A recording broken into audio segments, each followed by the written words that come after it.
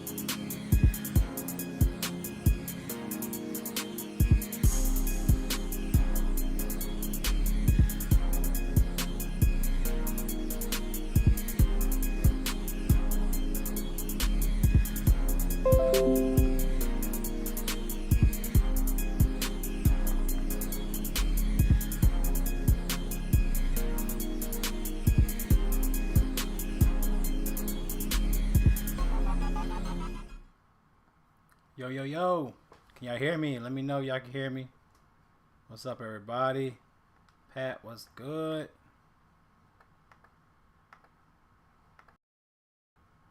Let me know if y'all can hear me. We're going to jump right into it. We're going to give you my favorite value plays for each position. So let's get right into it. All right.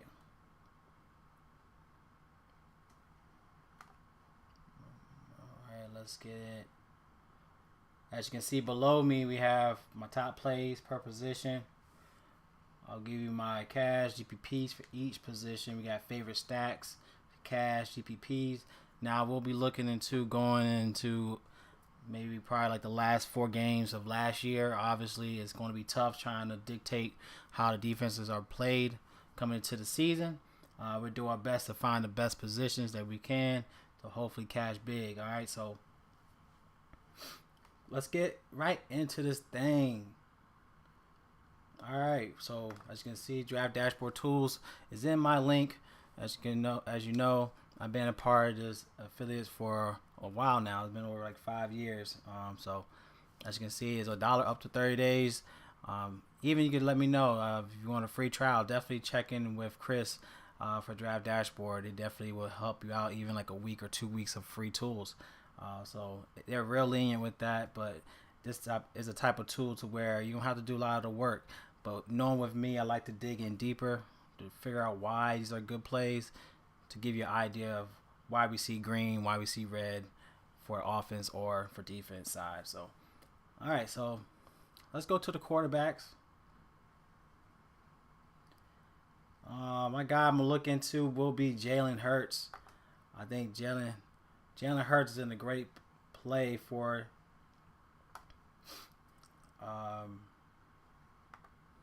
he's a great play overall, in my opinion. Going against Detroit,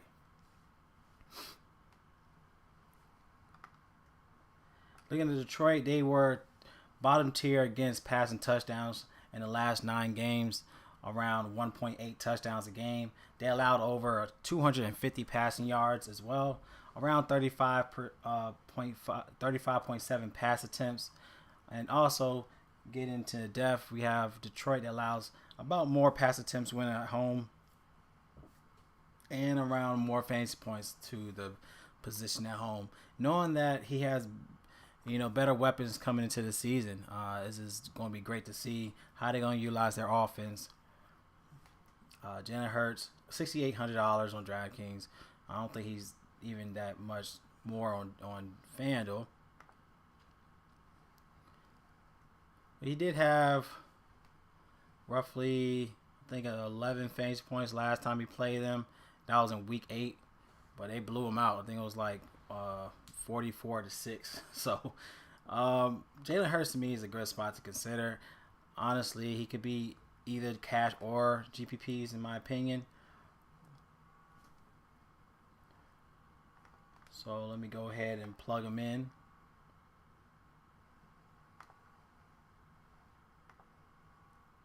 All right, we got.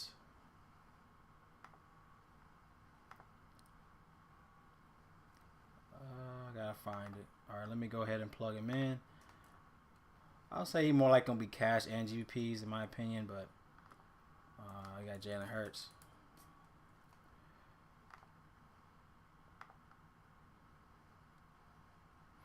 Second play to look into. Obviously, you got Lamar Jackson going against the Jets. I think Jets to me is gonna be a cash play. He is pricey. Looking at $7,300 for him. Now going against the Jets, I mean it could be a lot of changes from the Jets, with the defense but they did allow bottom tier in passing yards in the last 9 games of last year. They allowed over 240 passing yards. They were bottom tier, allowing 1.7 pass touchdowns a game. And going to see how he played with them last time. He had 5 touchdowns. Last time he played the Jets, which is impressive. But without Hollywood Brown, I mean, he still have Mark Andrews. Don't get me wrong. He got Bateman. What's his other guy named Duvernier? He got those guys that could definitely step up. But looking at him going into the season, trying to extend his contract and get max contracts and all that. To me, it's going to be a cash spot. He's in a good play, but he is cash. So, nonetheless, he is in a good spot. I mean, like as you can see on Draft Dashboard, they got the defense 29th against the position. So, Lamar Jackson, obviously a good play, but I would recommend not paying up at quarterback in my just in the sense of the week 1. I would like to pay down. So cash, we got Lamar. All right, going into the next play. Do I want to consider? Of course, you got Herbert in a good spot. It's going to be a good game going against the Raiders. But let's look into Justin Herbert. He did have 21 and 31 in the last 2 games. Obviously, it's a division game, but he did well in the last 2 games against the Raiders. I still say he's a cash play. Just with his price tag alone, you're looking at about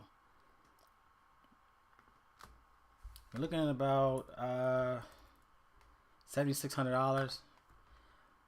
But yeah, he had 31 and 21. He had 3 touchdowns in both games. That's real impressive. He did win the first game. That was week 4. And then he won in week 18. But good spot. I mean, it's a good spot. He done well in the last 2 seasons against them. He had 26, 31, 21, and 31. So he's a great play to consider going against his Raider squad. The Chargers, they actually average more fantasy points against division rivals. So we'll look into that narrative. It seems as it's true because he's giving you 20 plus in his position in the last 4 games against the Raiders. Raiders they allowed over 1.5 touchdowns, passing touchdowns in the last 9 games. Around 228 passing yards allowed from the Raiders. So it was a good spot for Herbert. I think if you want to pivot from Lamar Jackson, I think Herbert is the better play to look at. But I like the spot for him for today. For week 1. All right. Let's keep going. Let's find some value. You do got Kirk Cousins. Kirk Cousins, $6,100. He still got his weapons. So you can't mistake that. Last time he played against Green Bay, he had 20. Did he have 28? I not believe. Let me just double check. he had 28 fantasy points, y'all. So 28 fantasy points with 3 touchdowns last time he played Green Bay, and they won. It was like 34-31. He had 341 yards that game. Green Bay, they allowed more to the quarterbacks went away. If you want to look into that narrative. And he averages around almost 25 fantasy points in close game matchups. So this could be a good game to look into if you want to look into the Green Bay and Vikings matchup. You can find some great value. We'll get into that, especially in the receiving side of Green Bay. But like I said, you got Cousins, you got obviously Justin Jefferson, you got Thielen. That's definitely going to be overlooked. So good spots. He's going to be throwing the ball. You got Devin Cook back in the mix. He will help out with the passing game as well. So it's going to be a good game to actually target. So I like Kirk Cousins. I think Kirk Cousins was definitely be low owned. Rodgers, Patrick, he said thoughts on Rodgers. I really don't know. I mean, we all know he's a magician with the ball. But, I mean, without Devontae Adams, it's kind of hard to tell. We're not sure. I got to look into the stats with Lazard if he's going to play. But as we look into the past few weeks with him talking about his practice squad, his receiving core, he's not really defending his receiving squad. He's saying they're young.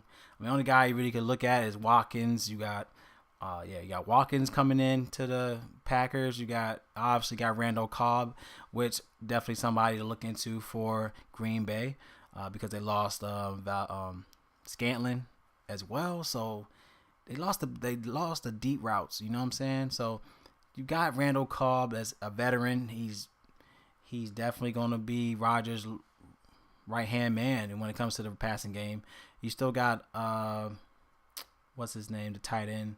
I'll look into that. But yeah, Rodgers is Rodgers, you know what I mean? But we just have so much question marks. We got a lot of question marks on Rodgers to where I will definitely look more into Cousins, in my opinion, just because of the price tag as well. Looking into Rodgers, he is 7,000. So to give me a quarterback that's 61,000, and we know that he has a lot of pieces around him that he could trust already, I'll definitely look more into Kirk Cousins. I think he'd be low owned as well. So give me Kirk Cousins GPP. All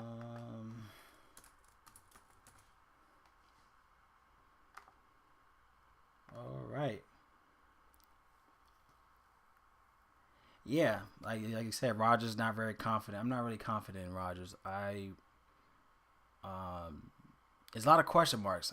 There's a lot of question marks. I mean, we got guys that he's gonna have to trust, especially with the game. You know, it's gonna be more of a fast-paced game for Rodgers, knowing how the Vikings move in the offense. So if they are behind, Rodgers has to throw the ball. I mean, we have Aaron Jones that's in play. Aaron Jones could be effective, so we could look into that narrative. But yeah, it's gonna be a fast-paced game in my opinion. But for 7,000 for a quarterback that we're not sure about, I will go Kirk Cousins on that. All right, let's go down for some more value. Let's go Trevor Lawrence. 5,600 for Trevor Lawrence. He got more pieces, you know. He got. Let's see. He still has Marvin Jones. He has Christian Kirk. Who else did he get? I mean, let me go into their receiving core, but he got a lot of pieces.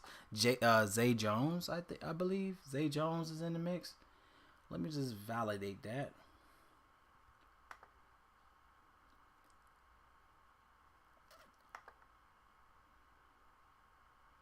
But this could be a good game, especially going against the Commanders that still doesn't have Chase Young. It could be a great game to look into the Jags and Washington matchup.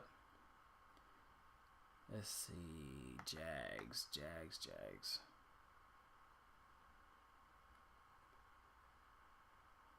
I just want to make sure I got all the receivers that I mentioned correct. Yeah, Christian Kirk, he's 5,100. I like that spot for him. They're definitely gonna help out with the passing routes. Christian Kirk's one of those guys that can help with the deep routes. He can help out slots. I definitely like Christian Kirk here. Let me see who else, because they're real cheap. You got Marvin Jones. He's 4,400. Definitely someone to look at. Yeah, Zay Jones is on there. So Jacksonville could be a sleeper. I like Jacksonville offense to definitely keep up with this Washington team. So give me Trevor Lawrence. I like Trevor Lawrence here.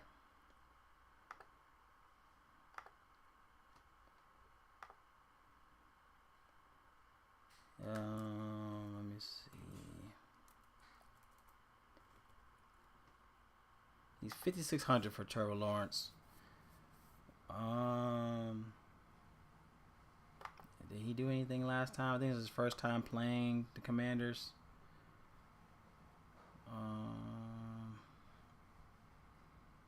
Yeah, so Trevor Lawrence 5,600 could be a value spot. I feel like they don't have to throw the ball as well. Trevor Lawrence definitely would be a GPP in my opinion for his price point.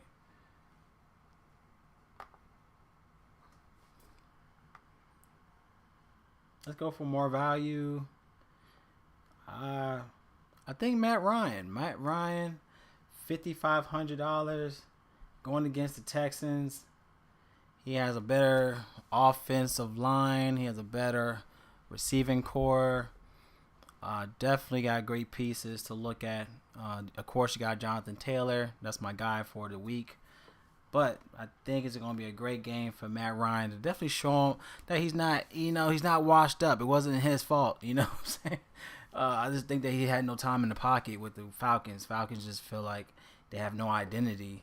But Matt Ryan, I like Matt Ryan for his price point. He's only $5,500. Let's get some more data on him and see why I like him.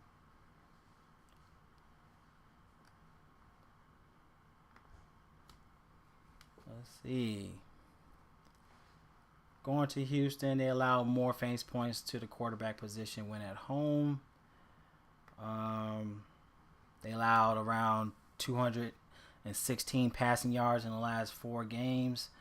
From the previous season, they allowed around 62% completion percentage. So I just think he's in a good spot. He has some good pieces around him to definitely do work. So Matt Ryan, to me, a great play to look at for GPPs as well. We got Ryan. We got Jackson Herbert for cash. Of course, you got Mahomes. You want to play Mahomes. I really feel like you don't have to pay up for quarterback for week 1. That's in my opinion. So I'm not going to really add so many quarterbacks. There are obvious plays in my opinion. But y'all let me know what y'all think about the quarterback spot. What other guys are you looking into for week 1 for the quarterbacks? Definitely feel free to chat. But yeah. So Ryan got a lot of the blame for the season. He has lots to prove, is my opinion. I feel like he has a lot to prove coming into the season, to where he could be overlooked here.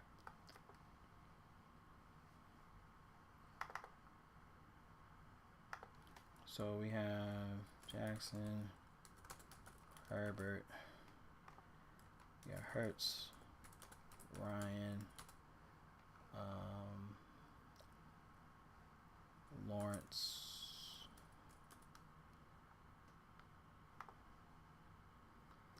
Okay, so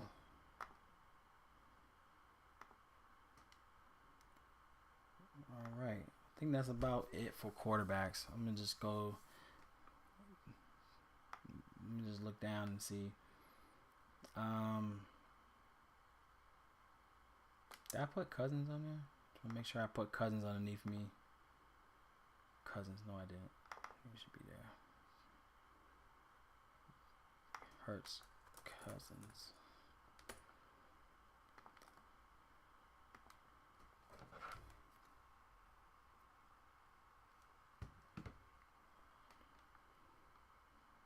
Trubisky. Oh, that's a good question. I don't know, man. Like, he retired, came back. I still don't understand his take on why we keep bringing back Trubisky.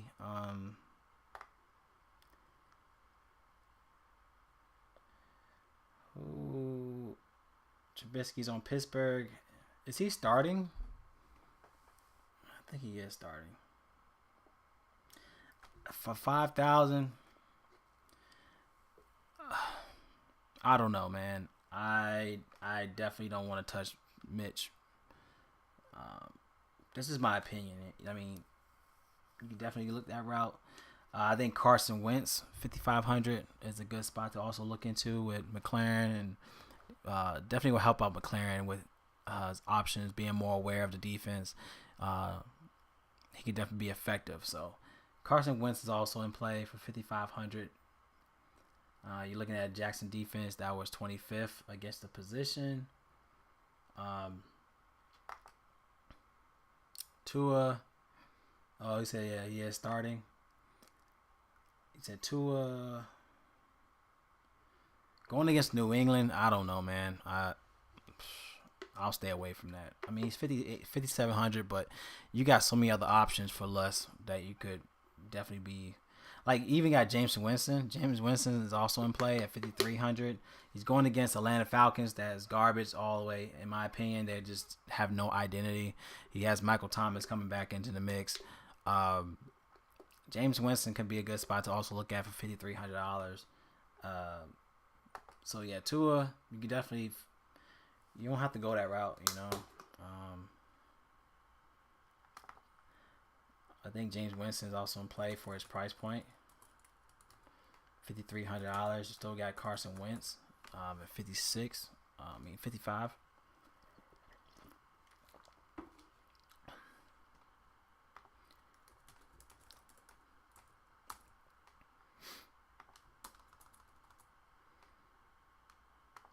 Yeah, I think those are my guys. I think that's a good core of quarterbacks. You got Jackson, Herbert, and Hurts.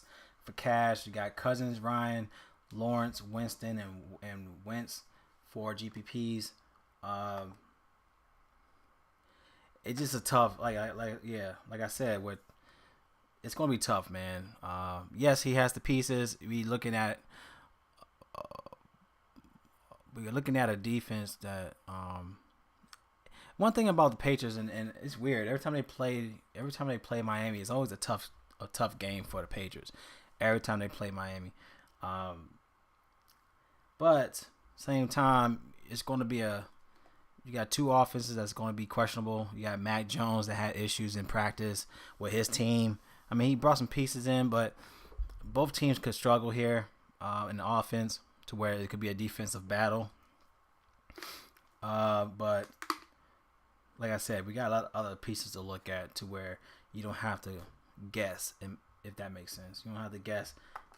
I'd rather not have question marks on the quarterbacks when you have other quarterbacks that are in better positions to do better, that has better upside,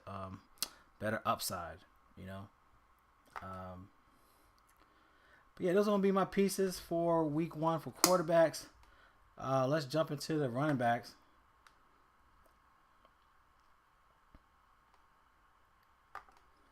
All right, I'm about to grab some water for a little bit. I'm going to stretch, and I'll be back in a second. All right.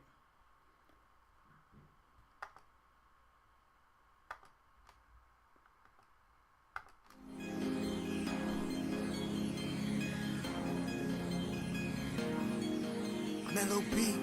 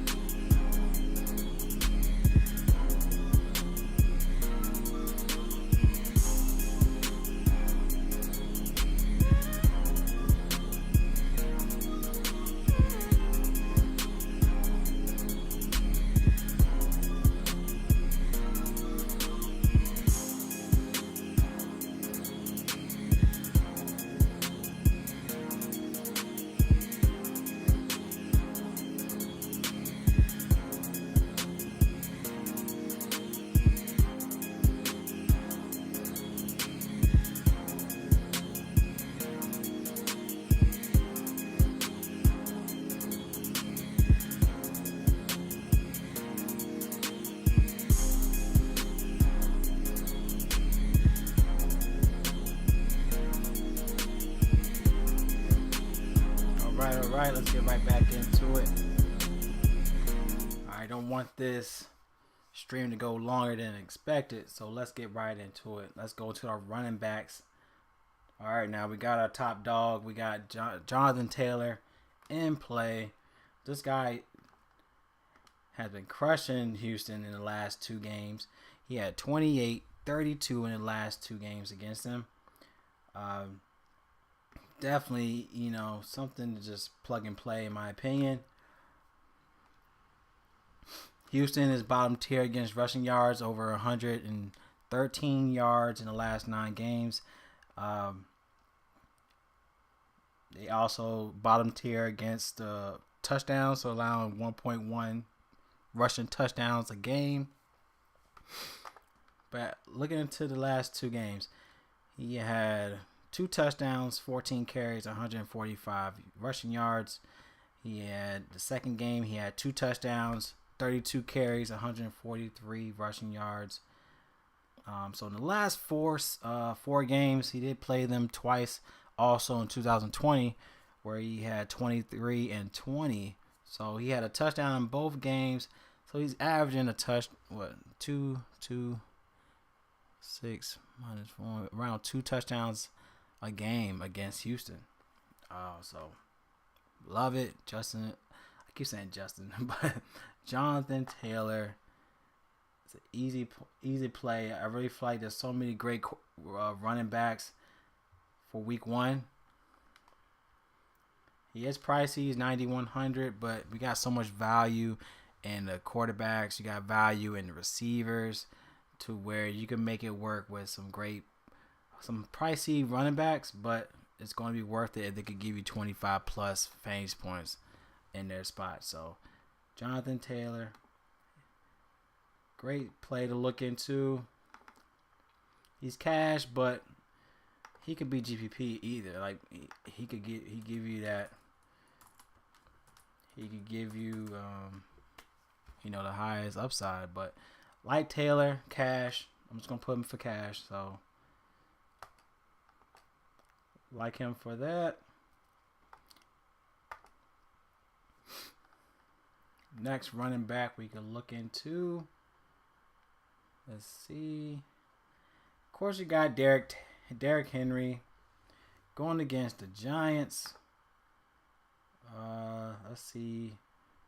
It's gonna be his first time playing the Giants as well. Let me see when the last time he played the Giants.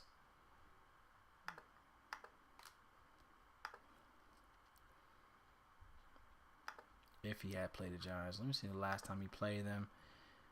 Okay, so the last time he played them was... I'm not sure when. It was week 15? Let me see, week 15. I'm trying to figure out when week 15. But anyways, he did have 33 fantasy points that game with 2 touchdowns. I mean, he's going to definitely be more. He's going to definitely have to help out more, especially without AJ Brown and Jonnu Smith, and Julio's gone. So it's Henry's team. So I mean, Giants.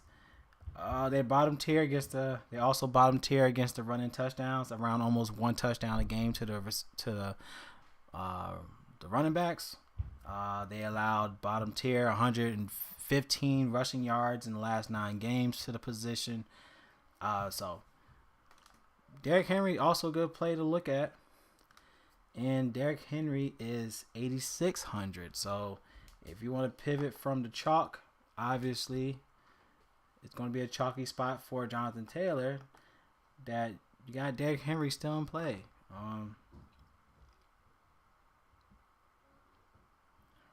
What's going on with this? Just a moment. I'm just trying to put him as my...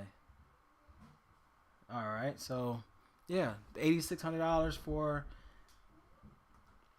He's 80. Okay, so he's 86 on Draftkings. He is 97 on FanDuel.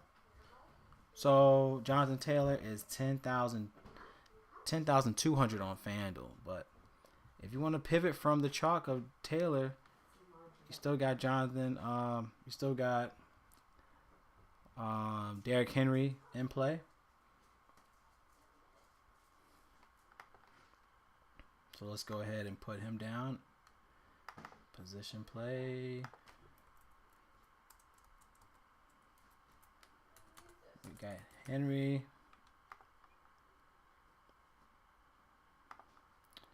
All right, next player. We got Austin Eckler, 8,200. I love this spot for him. He has been dominant against the Raiders as well. He had 29 and 33 in the last 2 games last season. So he's tearing it up against them. So he's a great play to look at. I mean, you could also pivot from Henry and go to Eckler. He had 2 touchdowns in both games last year. He had 15 carries, 117. He had 16 carries, 64 yards. He's also been effective in the passing game, so he's one of those pass-catching running backs. Love Eckler for this week. He averaged more in the dome stadiums. And like I said, he's been averaging almost 20 fantasy points in the last 2 seasons. So definitely want to look at him in this spot. All right, just a moment. I'll be right back.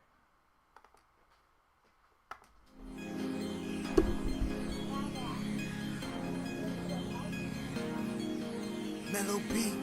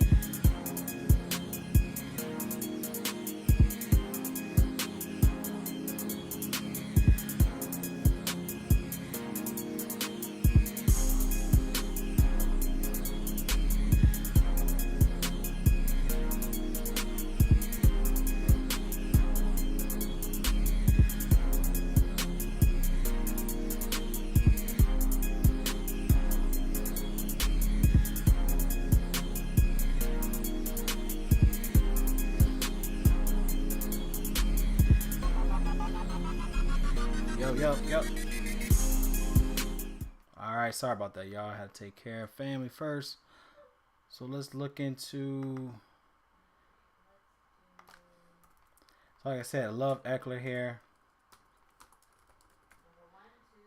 Definitely in play.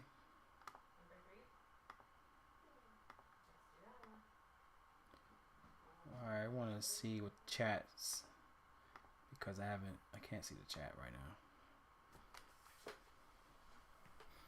Let me know what y'all think about the running backs so far. But like I said, I think this is a good strategy to pay down quarterback, pay up running back, and get some value on the receivers, which we'll get to, and tight ends and whatnot. But yeah, let's keep going.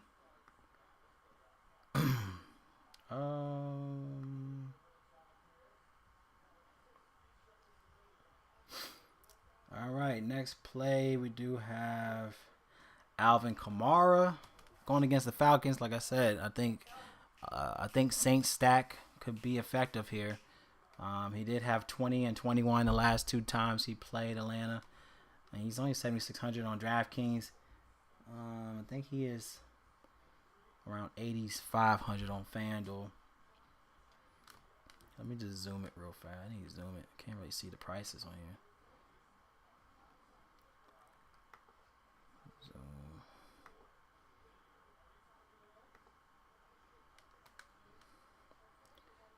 There we go. I think there we go. All right, thanks, Pat. Man, I appreciate you being in the chat, man. But yeah, Alvin Kamara's in play. Let's see what he did last season, if he did anything last season. But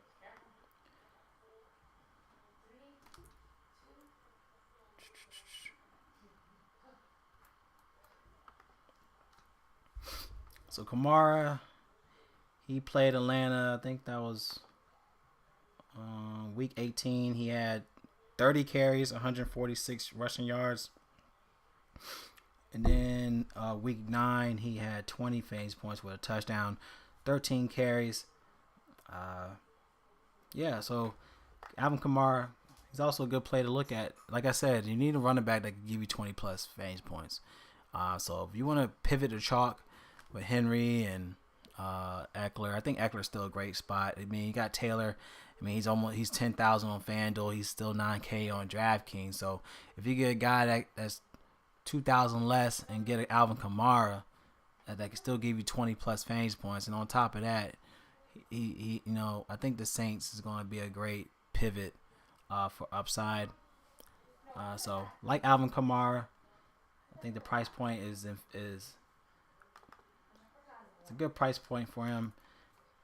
So GPPs, I'm gonna go Kamara just because I think he's gonna be low on. Just the fact that you got these 3 backs that's gonna be you got Taylor, Henry, and Eckler. That's obviously the plays. So I like Kamara here for GPPs as well for his price point. Let's get some more value, y'all. Let's go to Alvin Jones. We got Josh Jacobs in play. I like Antonio Gibson, 5,800. He's going to be in play. I mean, I'm not sure about McKissick, how effective he's going to be with this offense, but we all know how Gibson rolls. He's one of those guys that's, I think this is with his price point at 5,800. I like Antonio Gibson here. Going against Jags, that allows more fantasy points to the running back position, went away in the last 9 games. Also, rush attempts. They're bottom tier against the rushing touchdowns, around 1 touchdown a game against the running backs.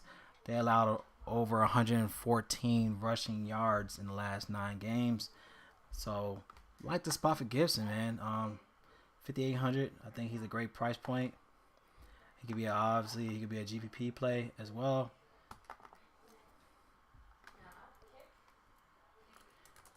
Like Gibson here for his price point. Let's go to another play where let's see if we can find some value here.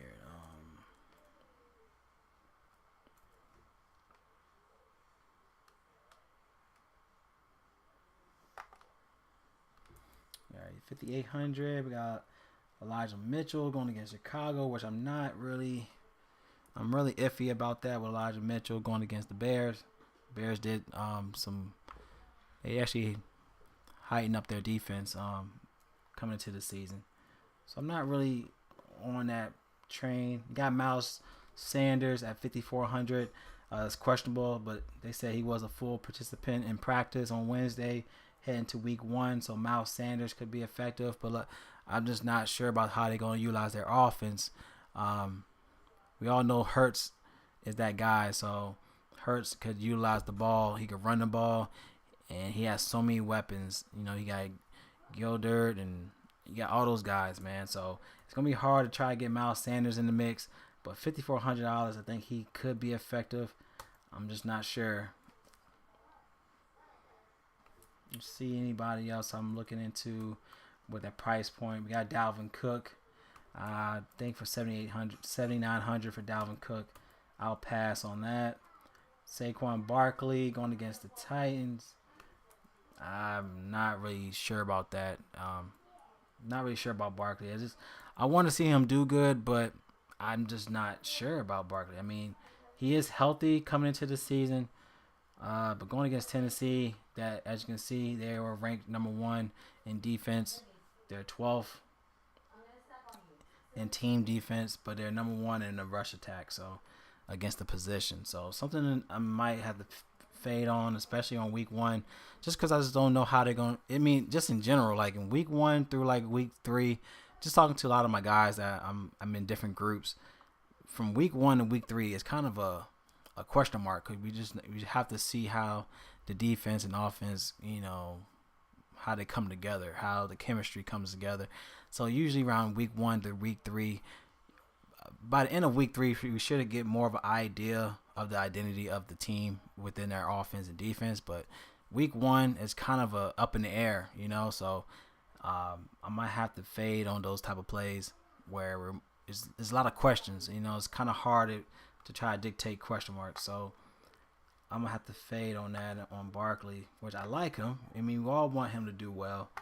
Don't get me wrong. We all want the Giants to have some type of identity. You got Tony coming in that I feel like he could be a real effective receiver on the Giants squad. And Daniel Dimes could hopefully be more effective. But, yeah, it's going to be hard to dictate that.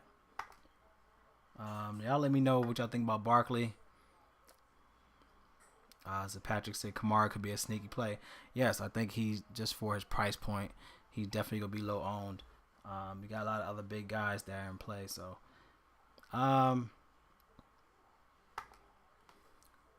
we got Cordero Patterson. I love this guy, man. He could be anything you want him to be. You know what I'm saying?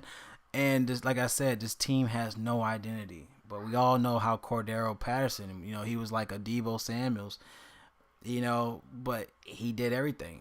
He was their receiver. He catched the long ball. He was he was a dog on the field. So Cordell Patterson for 5,800 is intriguing for me as well, going against the Saints.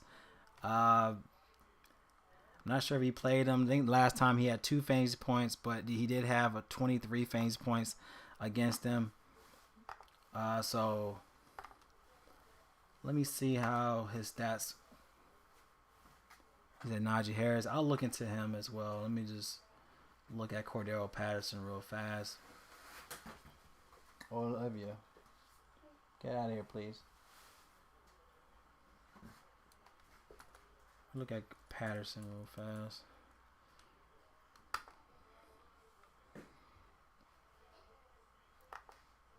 So the last time he played New Orleans was week 9. He had 23 fantasy points. He had 9 carries, but he had 6 targets, 6 receptions for 126 receiving yards. That's what I'm saying about Patterson. He could be anything you want him to be. The fact that he was like his receiver, their receiver, he didn't do much in the rushing game, but he was real effective in the passing game. But in week 18, he played them. He only had 4 carries, 1 target. So I'm not sure if he was injured that game. It just looks like he got injured because to only have 4 carries and 1 target, 1 reception, I think he got hurt. So yeah, Cordell Patterson to me is something to look into just for his price point. $5,800 for Cordell Patterson. And I might be biased because he's on my fantasy. He's on my year fantasy, so I might be biased on that, but it shows he's real effective against the Saints. He could be low owned as well, so let me get Cordell Patterson in there. Just because there's no one else on there. There's no one else on the team. You got Mariota, so we'll see how Mariota does. But Patterson, he's going to be everywhere, in my opinion. So, but let's look into Najee Harris for you, Pat. Let's look into Najee. I just feel like Najee is just, I like him. Let's see, he had 7 and 31 in the last 2 games against the Bengals. He should be. I mean, he's a captain. I mean, he should be. I think he's the captain. I think he became the captain to the team.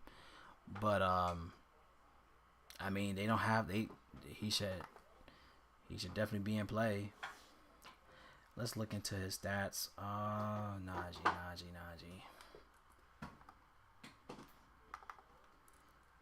Harris.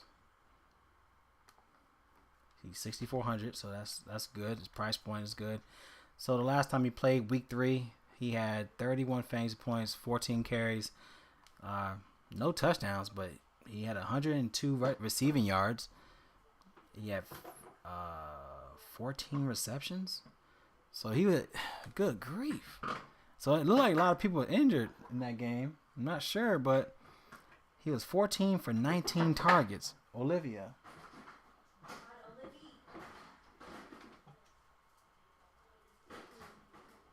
Olivia. Come here. You want to say hi? Hmm? You want to say hi? You want to say hi? He said, I beat cancer? Hmm? Cancer. Yeah, you did. Hmm? She's 3. And then I think we talked about that for everybody. Yeah, look, see? That smile. Oh, you see yourself now? Yeah, she beat cancer and did 12 months of treatment. But yeah, you're doing well, doing great. Yeah.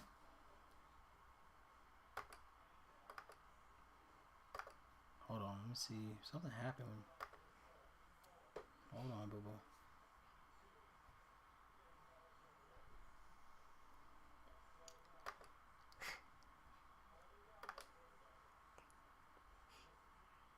I'm on YouTube.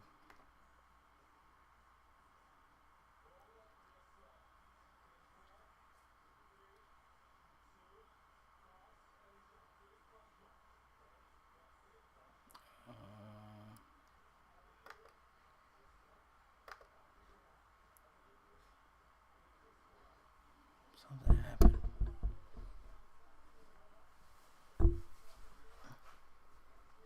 Just double check everything. Hold on. Not sure y'all can hear me. I'm not sure what happened.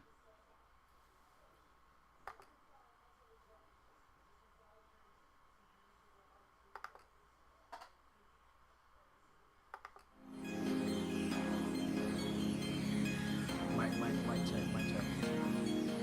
Mellow beat.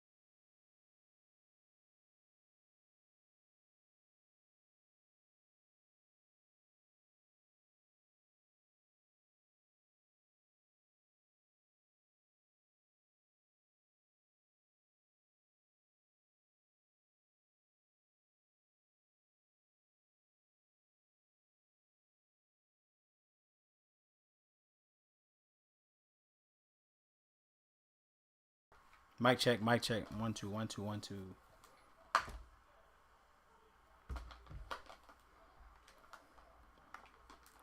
Man, messed up my flow, man. Damn.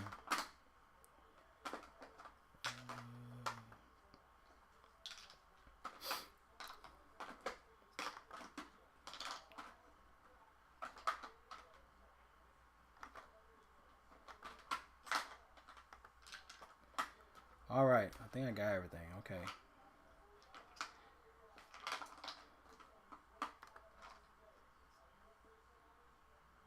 Can you hear me? Mic check, mic check. Mic check, mic check.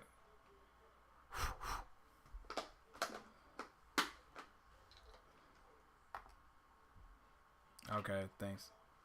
Thanks, Pat. But like I said with Najee Harris, man, I don't know what happened, man. It seemed like he had 14 targets, 19 targets, 14 receptions. But the issue with this one is that he didn't really carry the ball. So it's in the air for me for this play, just because I don't know what happened. I'm assuming they didn't have the receiver core for him to have 19 targets that game. So Najee to me is going to be up in the air, especially with a new quarterback. With Mitch Trubisky, I really don't know. I think the game plan for the Cincinnati Bengals is to stop Najee Harris. So yeah, so I'm up in the air with him, in my opinion, for that game. I'm really up in the air with that one. Let me see if there's anybody else I'm looking at. We got A.J. Dillon going against Minnesota. Okay, so A.J. Dillon. So check this out with A.J. Dillon. So A.J. Dillon could be a sleeper. He had 22 and 16 in the last two games. And that's also with, yeah, exactly, his workload may drop. I just don't know. Like, the reason why he had 31 fantasy points, Najee Harris, was because of the pass attack. He had 19 targets. He didn't really do much in the running game. So that's kind of up in the air for me for that, And with Mitch Trubisky behind him, I'm not sure how they're going to utilize Najee in this type of game, in this game script, But I like A.J. Dillon. I think this could be a sleeper play. The fact that they had Aaron Jones. Let's just double check. Let me see A.J. Aaron Jones had 16. Okay, so Aaron Jones had 16 last game, and Dillon had 22 that game. Okay, so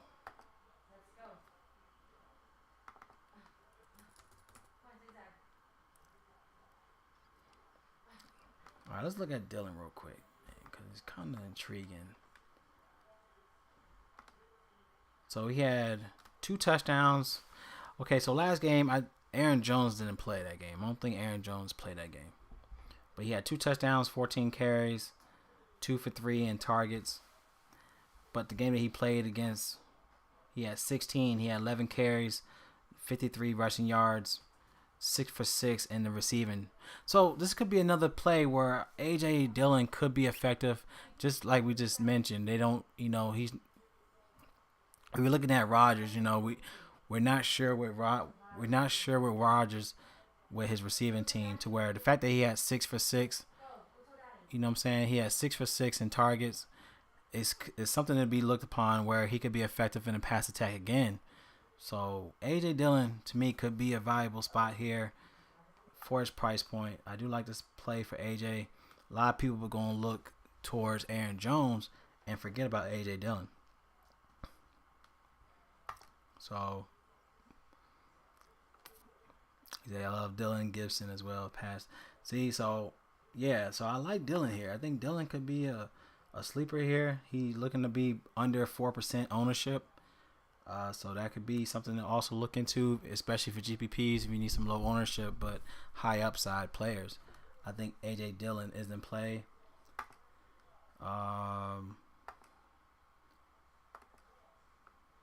But yeah, like this spot for him.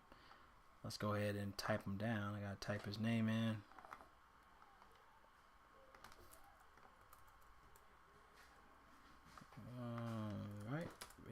Dylan.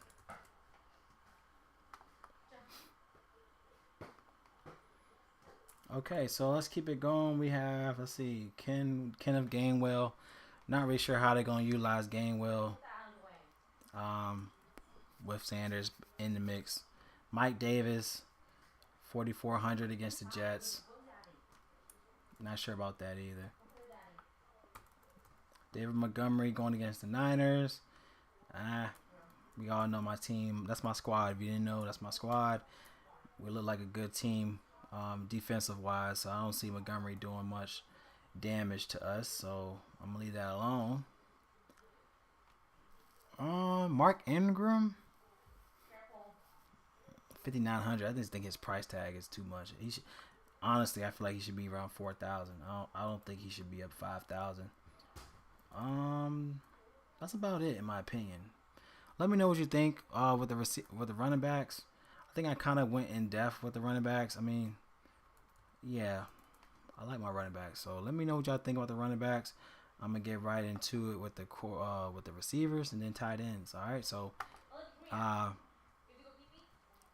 let's go ahead. I'll be right back for another couple minutes, and we'll get right back into it with the receivers. All right. Yes. No, use this one. Here, use this one.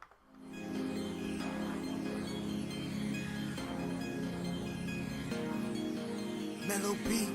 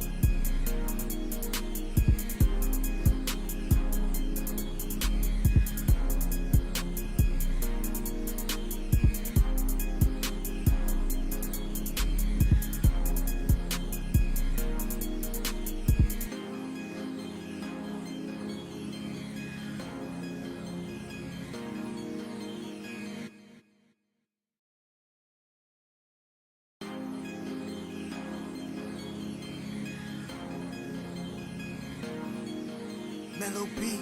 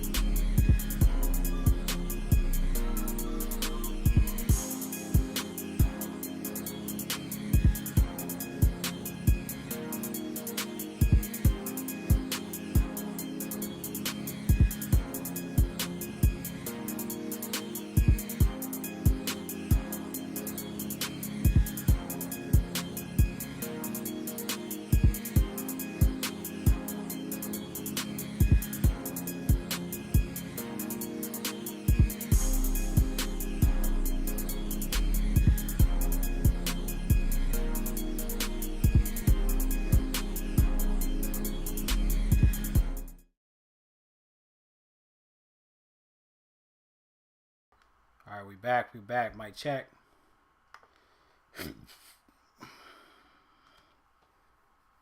What's up, the Prince? What's up, my G? Sure y'all here. He said I'm late. Pat, appreciate the love, man. Appreciate you staying tuned. But of course, I just do the stream so I can knock everything out at one time. I won't have to do it for the rest of the week. You know what I'm saying? So there's a reason why I do this now. And then, yeah, of course, you don't have to be on my live, but you can always stay tuned and check it out on the replay. And you see the plays right then and there. You know what I mean? So let's get into these receivers. Usually these streams are about 3 hours, but let's try to knock it out in less than 2 hours for this time around. All right. Let's get into it. Go to our wide receiver.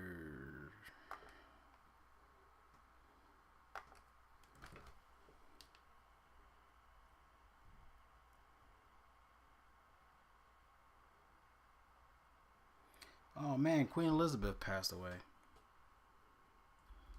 Oh. Damn.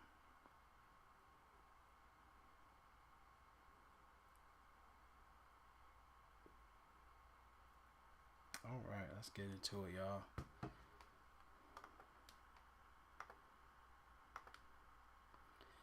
All right, let's get into receivers now. Of course, you got the top dog with Davante Adams. In my opinion, with Davante Adams, I feel like he is going to be a chalk. I really feel like you don't have to play Davante Adams. Now, for his price point, he's $8,100 on Draftkings. He's $85 on FanDuel. But I really feel like you don't have to play him. Going against the Chargers, I feel like he'd get a touchdown or two. Now, if he gets 2 touchdowns, then, hey, he paid his price point. You know what I mean? But I feel like you don't have to play Davante Adams.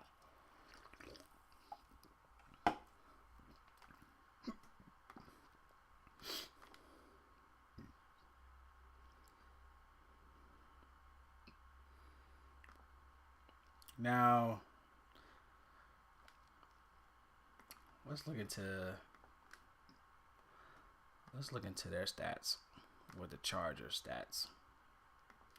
I feel like he'll get a touchdown just to prove, you know what I mean, like the connection with Derek Carr, you know what I mean? But not to the point where, for his price point, now $8,100, and it's not like he's going against an easy defense, you know what I'm saying? Like, but regardless, it's still Davante Adams, you know what I mean? But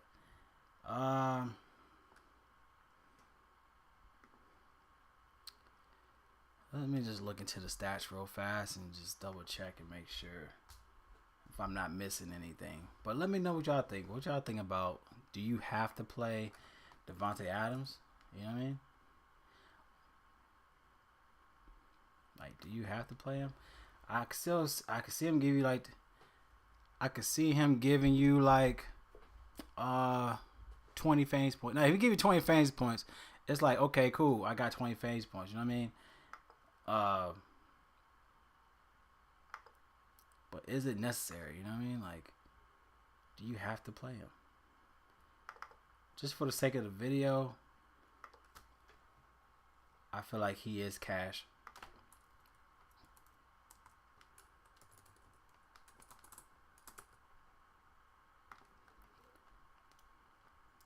He is a cash play.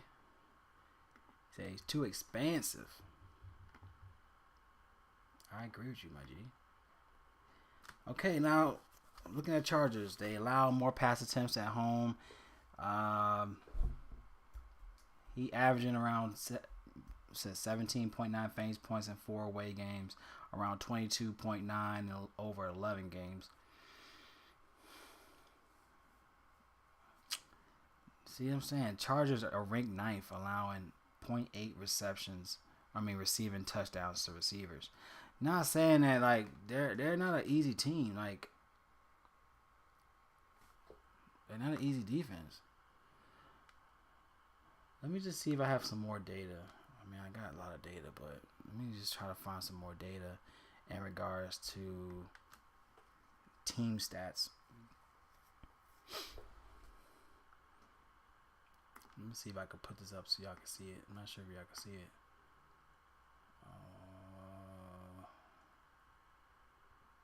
I'm going to put it in here and see if I can see it. Because your boy got stats, man. Let me see if y'all can see it. Yeah, I got the ESPN thing right here popped up. But that's not really what I want, though.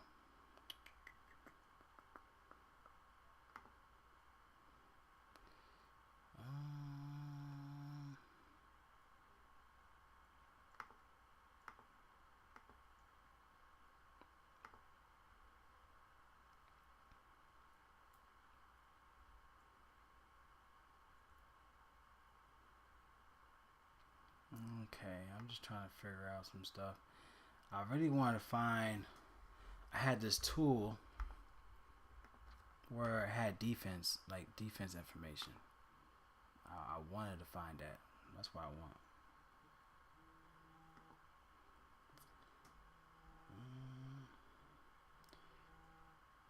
Defense. Shit. Bear with me, y'all. I'm just trying to find it. I should have already had it popped up, but fuck it. I'm just trying to find it now.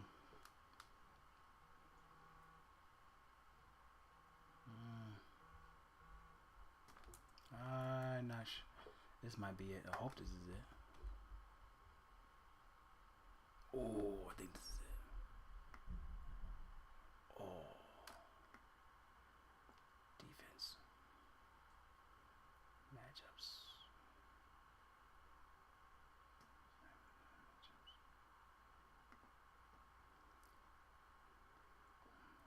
I hope this is it, y'all.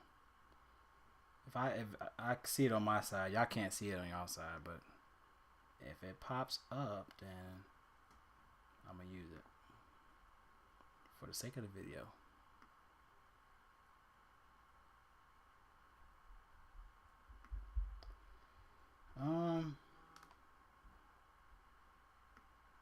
Yeah, I don't see it, man. Team stats. Come on, baby. Defense, top defense. NFL team stats. 2021.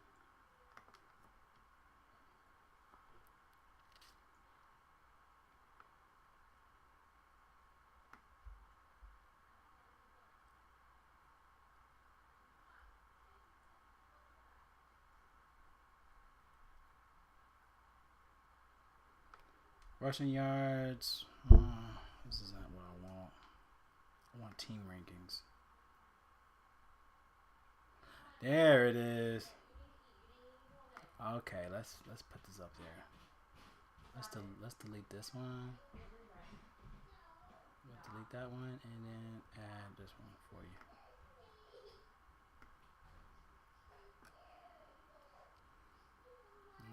Okay, hopefully y'all can see it. It went blank. What the fuck? Sorry for the hesitation, y'all. I'm just trying to get this show for y'all so you see what I see.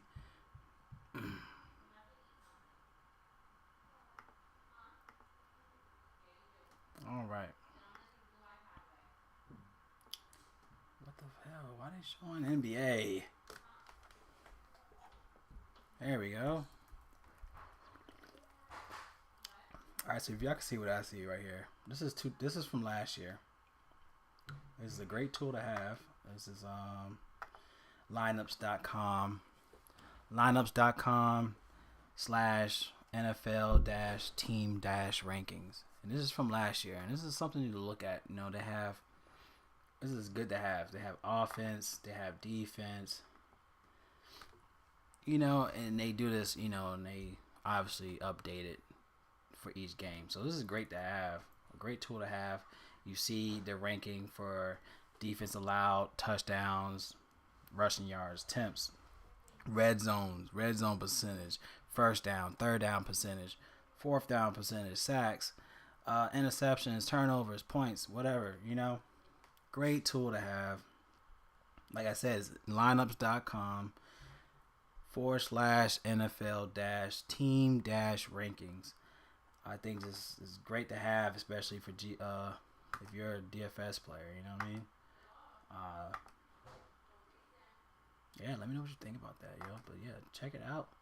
Definitely check it out, man. Some good stuff. They could double him. When building a GPP line, how many cash plays you usually run in it? Now, I would say this, like, don't be too far into, like, don't be too much into, like, I can't have Jonathan Taylor, like, you know what I mean? Like, I really feel like you should just have, just make it make sense, you know what I mean? Like, if I could say, you know what, this guy right here, he could give me, honestly, you want to look at each position as, can it give me 20 plus fantasy points? Knowing how your lineups have to be created, you need each player to at least give you 20 fantasy points. If you're looking at a quarterback, he needs to give you 20, at least 20 some. Receivers need to give you 20. If you're gonna look at a 4K receiver, he need to give you about 12 to 15 fantasy points, right? So if you're looking at a 4K receiver, then if you're looking at a 8K, you know, $8,000 receiver, he need to give you 30 some fantasy points. You know what I'm saying? So just like how basketball is, you know, you know, if you're in DFS, you know what I mean, basketball, you're looking at a 5 times value, right? 5 times value. So you just, wherever that price tag, you need to times it by 5, right? I feel like with football, you need to time it by 4. You know what I'm saying? So if you gotta, let me see if it makes sense. I'll say this: you need to times it by 3, times it by 3 and 4. You know what I mean? So if you got a 5K quarterback, time it by 4, 20 fantasy points. You know what I mean? 20 plus fantasy points. If you got a 7K quarterback, he need to give you around 28 to 30 fantasy points, right? Running backs. If you got a 9K running back, he need to give you 30 plus fantasy points. So just like how we look at it at basketball, baseball, you have that, you know what I mean, you gotta look at it times by a certain amount of points, you know what I mean? So football, I'll say times it by 3 or 4, times it by 3 or 4. Basketball, you times it by 5 or 6, you know what I'm saying? So go by it like that, you know what I mean? So this is like we're talking about. So we're talking about Adams, you know what I mean? He's $8,000 times by 4. He need to give you 30 some fantasy points, right? I just don't see it against the Chargers. I don't see him giving you 30 something. I mean, he could try to prove a point. It's going to be a lot of hype with Adams, especially with the whole connection with him in college with Carr, you know what I'm saying? So it's going to be a lot of hype with Adams. So I really feel like to me it's more of the defense, you know what I mean? I really feel like this defense is up to par, you know what I mean? So looking at this defense from last year, let's look at Chargers. So Chargers, Let's see if we find the Chargers anywhere. Chargers was actually garbage defense last year against the running attack. But looking at the Chargers going against the see, they were 12, 9, and 7. 12, 9, and 7. So they were 12 against passing yards. They were 9 against pass attempts. They were 7th against pass completions. So it seems to me they were more effective against the pass attack opposed to the run attack last year. They were garbage against the run attack. If we were to click this button for rushing yards, as you see all this red right here, Chargers were bottom tier against they were the bottom tier against the run attack. So could we look at Josh Jacobs? Is Josh Jacobs still something we could look at? We didn't talk about Josh Jacobs, but looking at what they gave up last year, they were bottom tier against running yards. They were bottom tier against the run attempts, rush touchdowns, red zone attempts, red zone touchdowns. So is Josh Jacobs a play? You know what I'm saying? Maybe we have to look into Josh Jacobs. You know?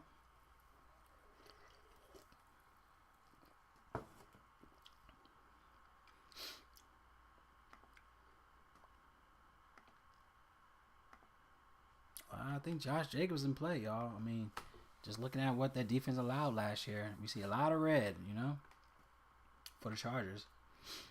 But let's keep it going with the receivers. We already talked about the running backs, but it kind of threw me off. Josh Jacobs is in play, y'all. So let's look into that. All right, so Devontae Adams, to me, is cash. Justin Jefferson, you can get him for cheaper. He's 78 on Draftkings. I love the spot for Jefferson. He's 81 on FanDuel. He done well. He had 12 and 40 in the last 2 games against Green Bay. And like we talked about with Cousins, I think it's a great stack if you're looking to the Vikings. Viking stack.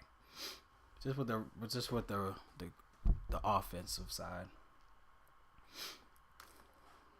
So looking into Jefferson.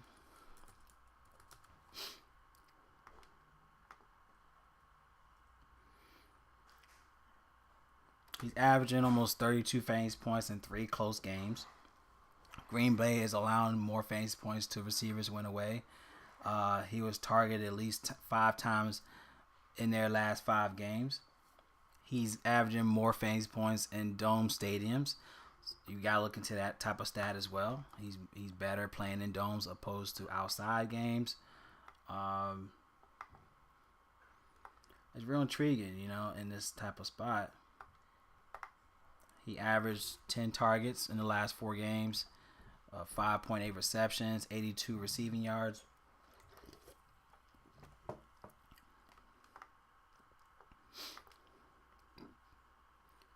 Let's see. Last time he played, the last time he played at Green Bay, he only had 12 fantasy points. He had 6 for 11 in targets. 6 for 11, 58 yards. But then he played them at home. When he played them at home, he had 40 fantasy points. So that's a big difference. Playing at Lambeau and then playing at home, you know. So playing at home, he had 10 targets for 8 receptions, 169 yards with 2 touchdowns. And that's playing at home. So they're playing at home again. If he could give you 40 fantasy points or even up to that, I love Jefferson here. And he's cheaper than Adams. I think he's in a better position than Adams.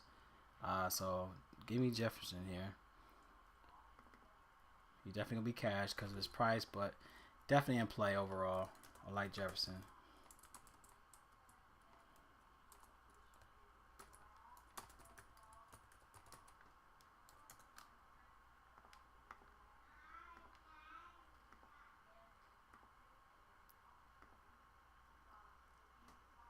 All right. Now let's look into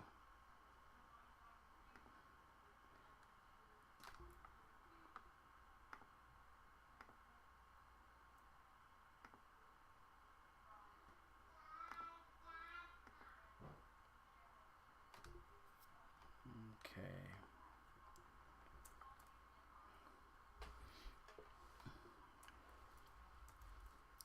Let's see some more teams.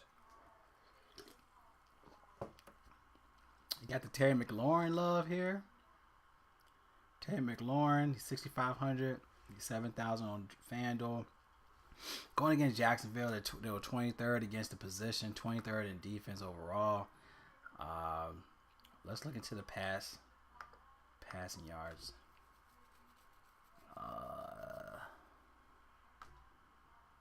Let's see who gave it the most in passing yards. Who are we talking about? Jacksonville. I mean, Jacksonville was mediocre. I mean, they were okay. They weren't bottom tier last year, but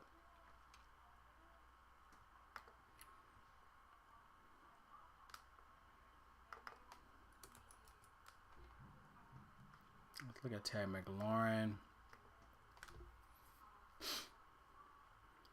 Jacksonville is they were ranked 30th, allowing 1.2 receiving touchdowns to receivers. They allowed more fantasy points to shorter receivers, which I'm not understanding about that, but I really feel like it's going to be the connection we need. I mean, that he needs with Carson Wentz. You know what I mean? Like Wentz, that's going to have to be the duo. You know what I mean? It's going to be McLaurin and Wentz. You know what I mean? So McLaurin, for his price point, is kind of up in the air because, like I said, I don't know how Wentz is going to play. He's in a good position against Jacksonville. He's only 6,500. He's low bottom tier. You know, he's low ownership, around less than 5% ownership. He's projected 14.3. But like I said, 6.5 fangs. I mean, yeah, 6.5. He need to give you times 4. He need to give you around 20 fangs points. You know what I mean? And can Terry McLaurin give you that much? Yes, he can. Like that's the type of connection he's gonna need to succeed. You know what I mean? With Wentz. But I don't know if I want to pull the trigger on McLaurin. I mean, who knows? I really don't know how this offense is gonna play with Wentz. But I think this is going to be a good game to target if you're looking for any type of value. It's going to be like Washington. You know, you got Wentz, McLaurin, Gibson type of stack, you know. Wait a minute, I forgot to talk about stacks too. So, yes, you can. You can play Jefferson and GBP. Yeah, you could play him. I definitely think you could play Jefferson and GBP because he has great upside. You know what I mean? Like just the fact that last time he played him at home, he had 40 fantasy points. Like you see the ceiling that he could give you. You know what I mean? Even with his price tag. So he's 7 point what?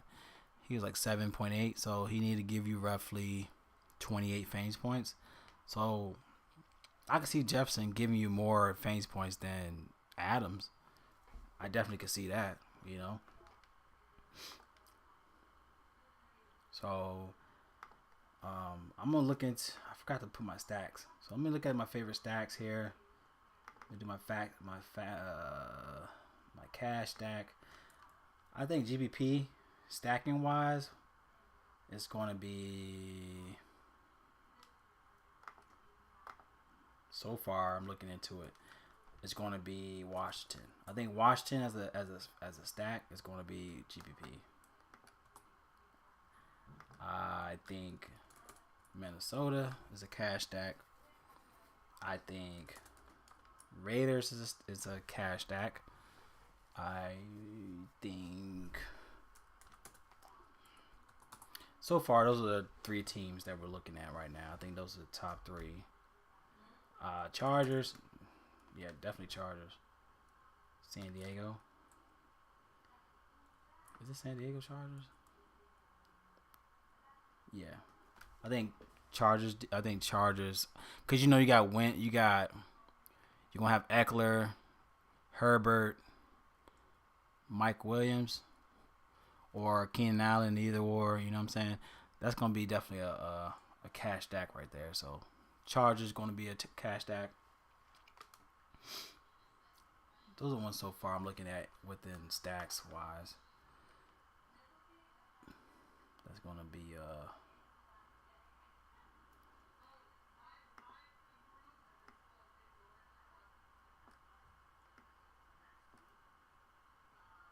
all right.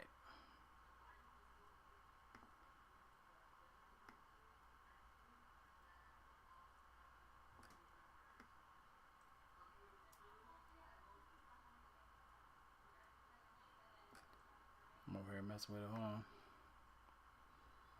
Injury list.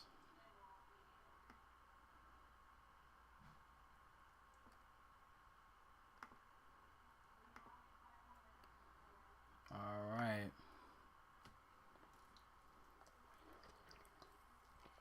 I ain't gonna lie, man. It's kind of hard to dictate the receivers. I'm not gonna lie about that. That's gonna be a tough part for week 1 is dictating the receivers. You don't know the chemistry. You know what I'm saying? You're kind of going off, okay, who should go off, but there's so many changes with the new teams. You know what I mean? Like, we don't know anything about Atlanta. We don't know anything about Atlanta. We don't know anything about Cardinals. We don't know anything about how they going. I mean, we don't know the chemistry is what I'm trying to say. Like, we don't know the chemistry coming into the season. I mean, that's what's going to suck with the receivers. You know what I mean?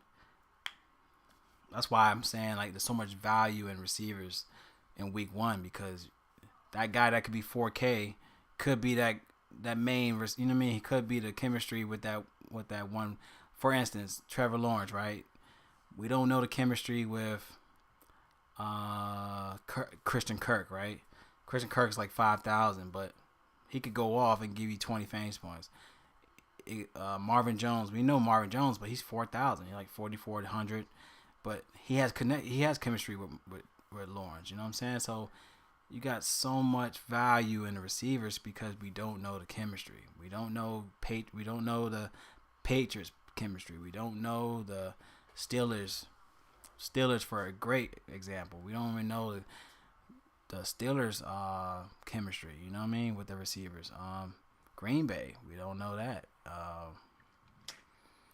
So receivers is definitely gonna be hard, man, especially week 1 all the way to week 3, because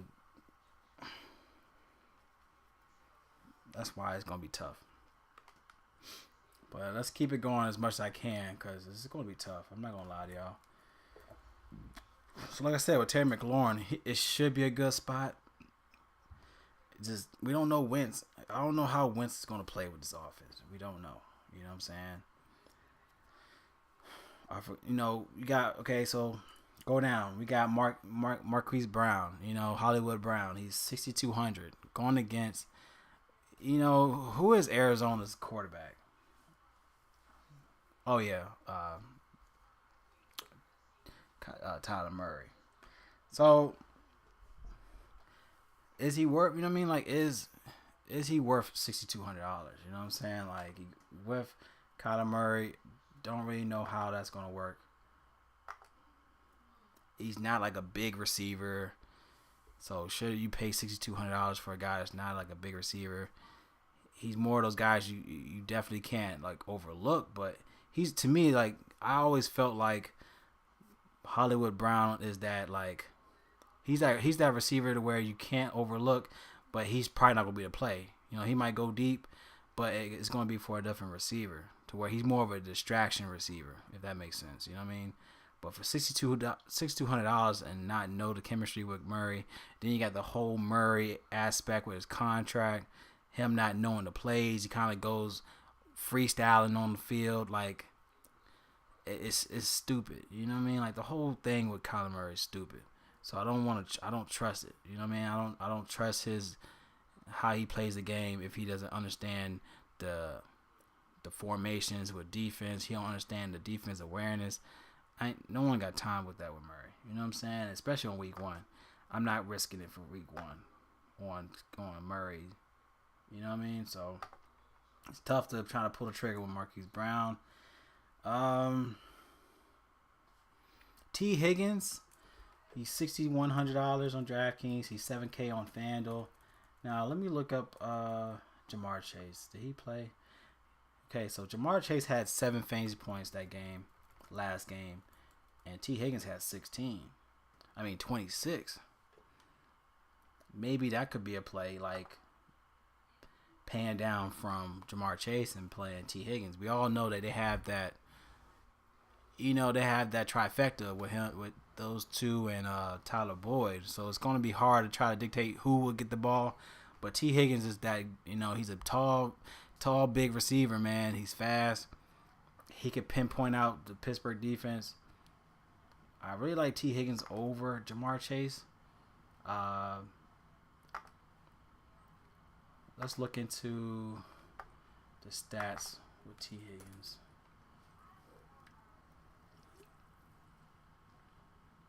T. Higgins.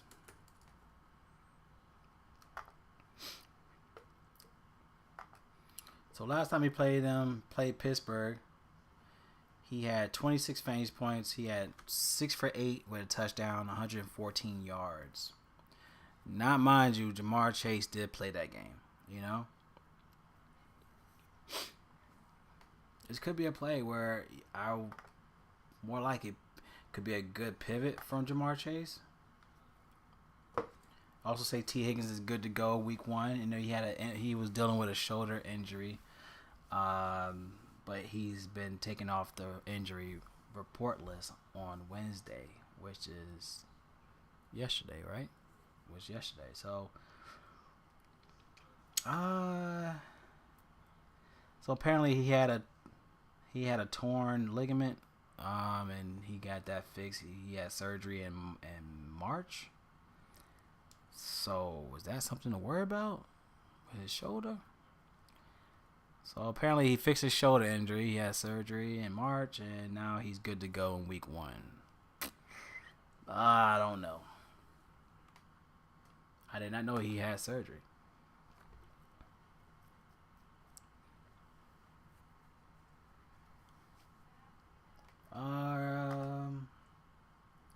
I like T. Higgins, man. He's a big dude. He's a good price point. Let's go T. Higgins.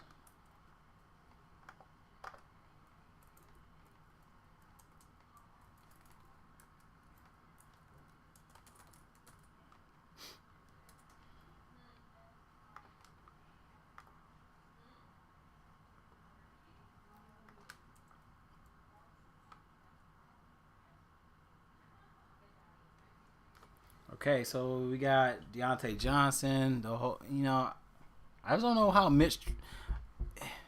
We could talk about receivers all day, you know what I mean? But it always gonna come down to the quarterback. No one knows about Mitch Trubisky. Like, who knows his mindset? Who knows?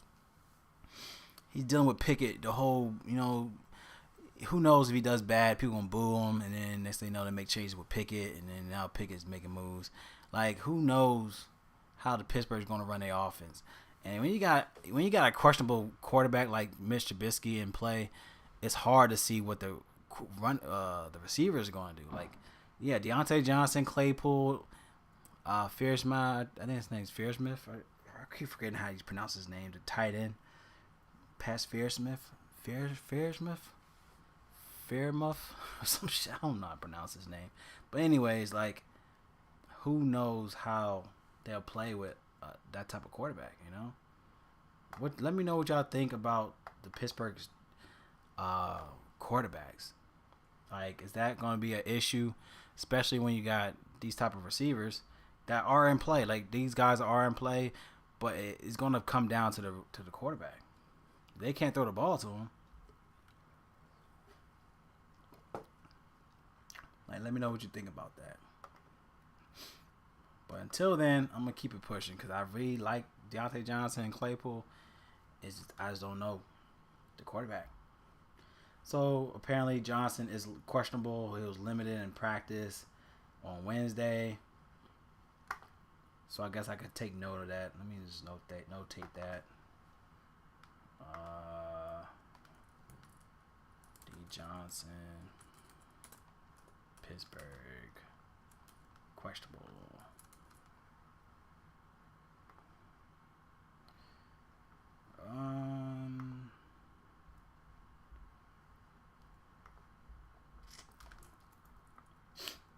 like another guy like Michael Pittman. I think Michael Pittman is a great position going against Houston. He had 17 last time he played Houston. He's $5,500. I like the stack with Indiana, with the Colts, Indiana Colts. Whoops.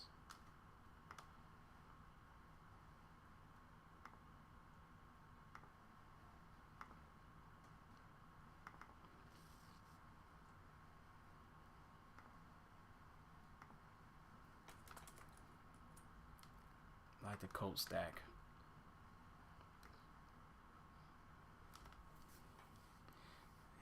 The Steelers' right tight end's last name is hard to pronounce. As for the QB situation, it's hard to trust them. I totally agree with that, Pat. Like I just don't know. It's kind of hard to try to pull the trigger on the quarterback. I mean, on the receivers for Pittsburgh with a questionable quarterback. All right, let's look into. Oh yeah, we was talking about Michael Pittman. Love his spot for today. I mean, this week.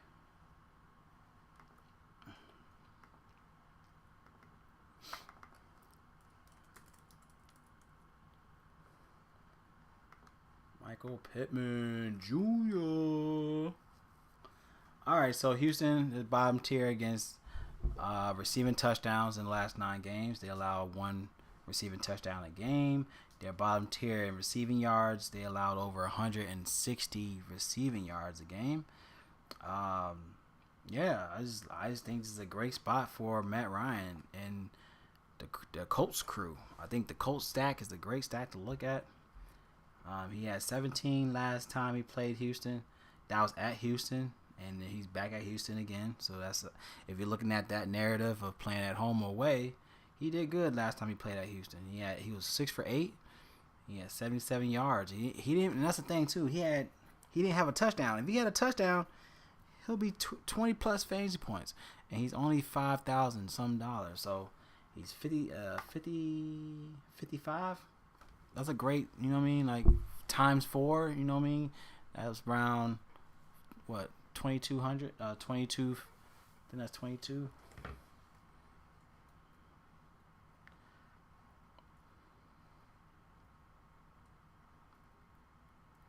That's 22.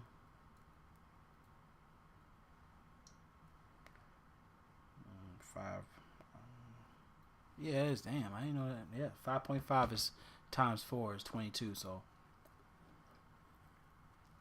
if he gave you that touchdown, man, that's optimal. You know what I'm saying? So like Michael Pittman, 5,500.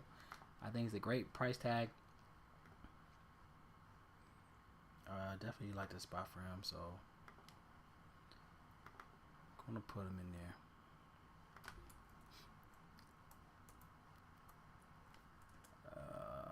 Pittman Jr.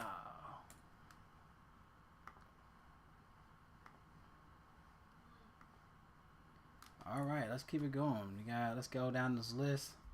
Like we said, Christian Kirk. He's $5,100. He's 58 on FanDuel.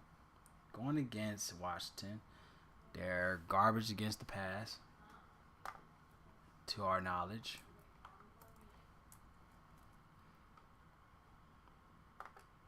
Let's look into the passing yards. Pass attempts.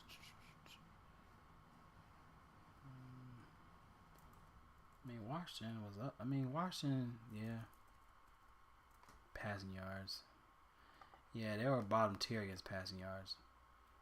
Yeah, they were 29th against passing yards. They were 18th against pass attempts. They were bottom tier against passing touchdowns, y'all. So something to look at if you want to look at the Jaguars.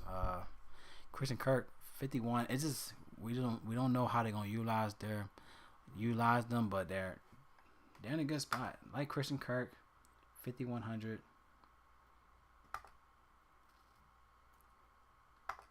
As we've seen that, Washington give up a lot to the pass attack,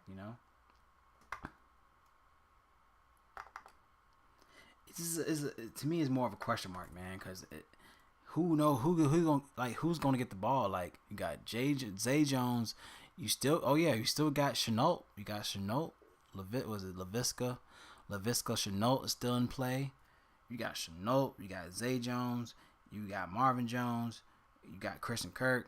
You got 4 receivers, like quality receivers. You know what I'm saying? To where you might, I don't know, like $5,100 sounds good, but when you got a 4-man receivers, to where Christian Kirk, we don't know the chemistry with him. We know the chemistry with Marvin Jones. We know the chemistry with Chenault. You know what I'm saying? So, is it good to pay 51 for a guy that we don't know the chemistry with? That's something that, like, it's a question mark. You know what I'm saying? So, let's go down this list. We got, since we're on the same, we're talking about Jacksonville, we got Marvin Jones. Like, Marvin Jones is $4,400. We know what he can do. You know what I'm saying? Last time he played, he had 22 fantasy points. He had 22, 7, 15. Look at his targets. He had 8, 6, 13 targets. Like, in the last 3 games, he had the targets. You know what I mean? Let's look into Marvin Jones. I want to look into his scoring, and hopefully it shows me his. See, I was hoping it showed me his targets per game, but it just shows me his snap count. Which his snap count is definitely something to look at with snap count. So if you're on Draft Dashboard, it is good to know snap count, because to know that he's 4,000 and he's getting upwards of 80% and up in snap count, he's on the field. So that what it means. If you didn't know that, what that means, snap count means how many times he's on the field. So if he's giving you 80 to 90% of snap count, he's always on the field. So keep that in mind. All right. So for a guy that's 4,000 salary, that's on the field all the time, is something to look at, y'all. So I'm more likely looking at Marvin Jones for his price point, to where if he give you, we looking at 4,000, you know what I mean, looking at 4K. So he need to give me at least 15, 18 fantasy points. And you're looking at a defense that's giving up the pass attack. And we already talked about Lawrence. That could be a potential value as quarterback for week 1. That's something to look at. So I do like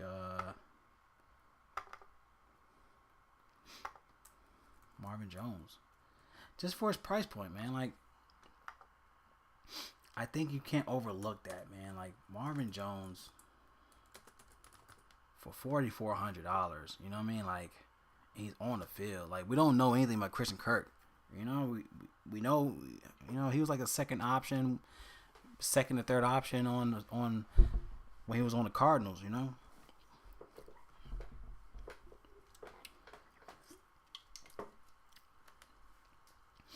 So Marvin Jones, just because of his price point, I like it.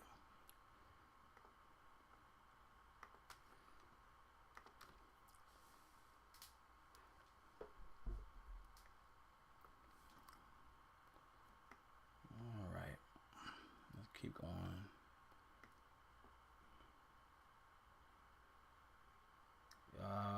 We didn't talk about Adam Thielen. I'm not sure what's going on with Adam Thielen. Like, he's $5,400, and that's pretty cheap.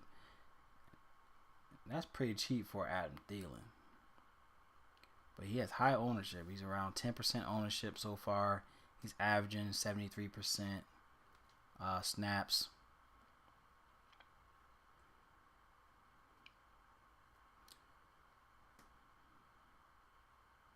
Last time he played Green Bay, he had 22 fantasy points.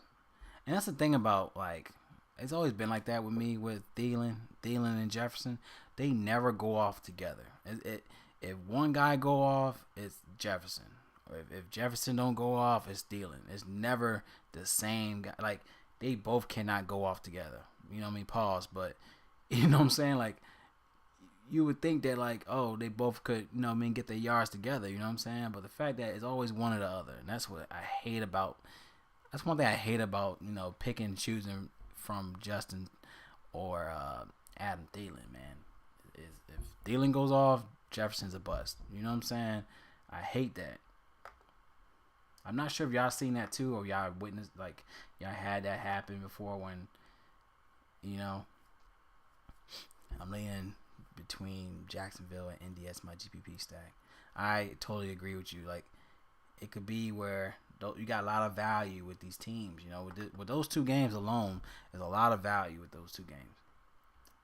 I definitely respect that.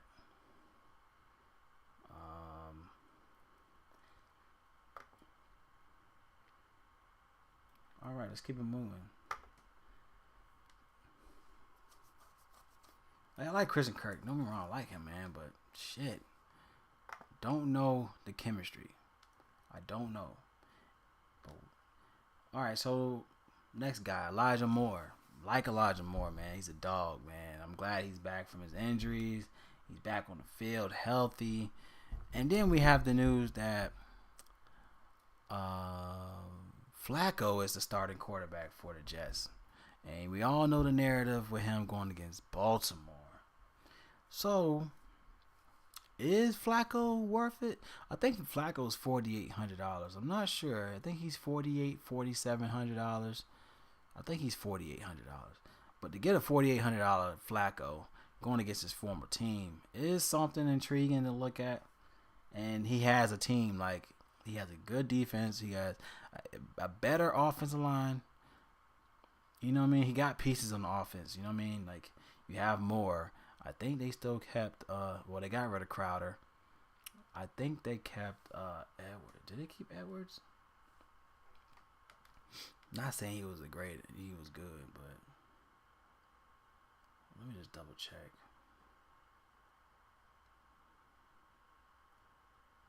I forgot who. Oh, Elijah Moore. Oh, Corey Davis. You know, Corey Davis is still a beast, man. I ain't gonna lie, man. Corey Davis is still a dog, and he's $4,900 too. And going against Baltimore, you can see they're 30th against the pass. They're 30th against receivers. They're 25th in defense.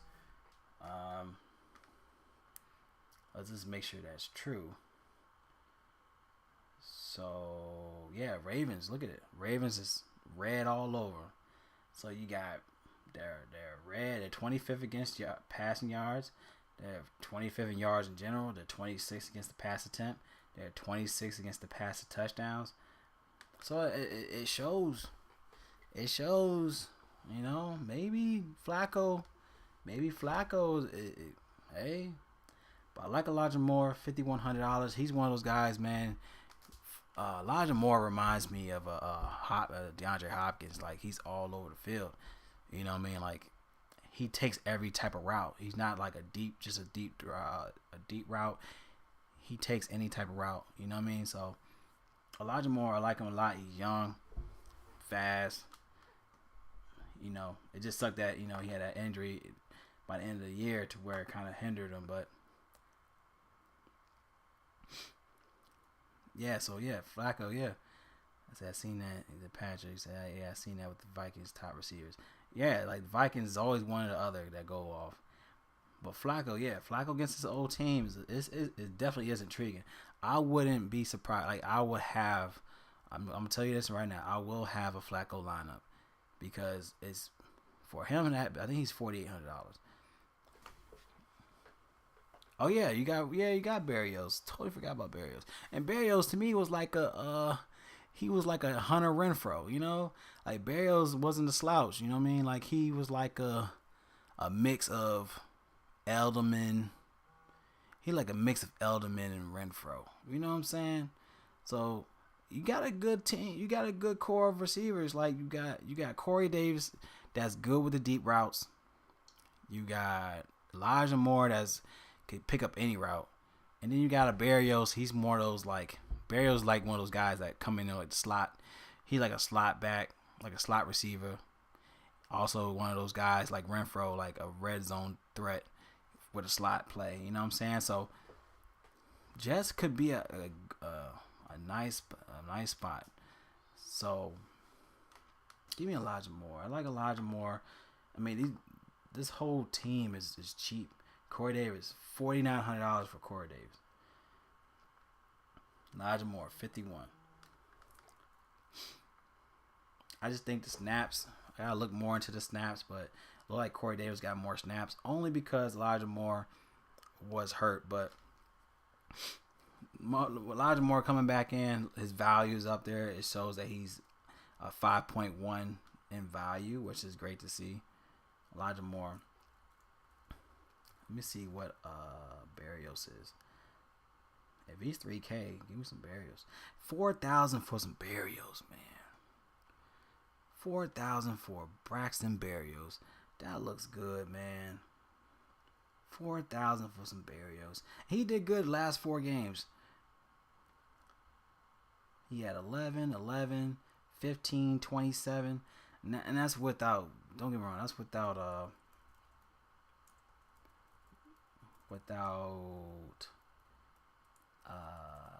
Moore, but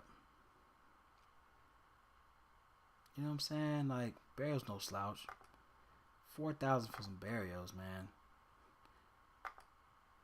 And I just feel like this is not going to be a running game type of game. Like, they're going to be throwing that ball. I feel like Flacco's going to be throwing that ball. You know what I'm saying?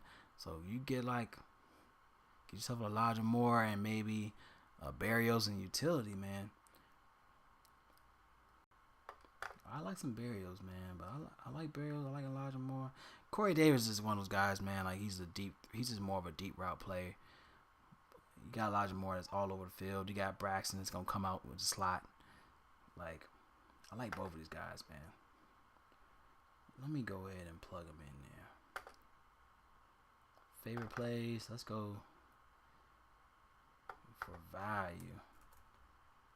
I should just say value. That's what I should say right here. I should just type in value. Because not every play is a GVP play. But for value, give me some Barrios. You know what I'm saying?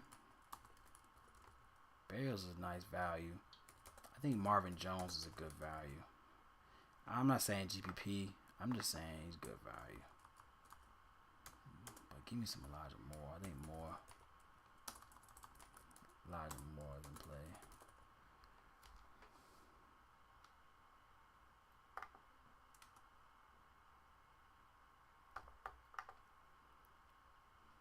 Yeah, that looks good. I think for value, something to look at.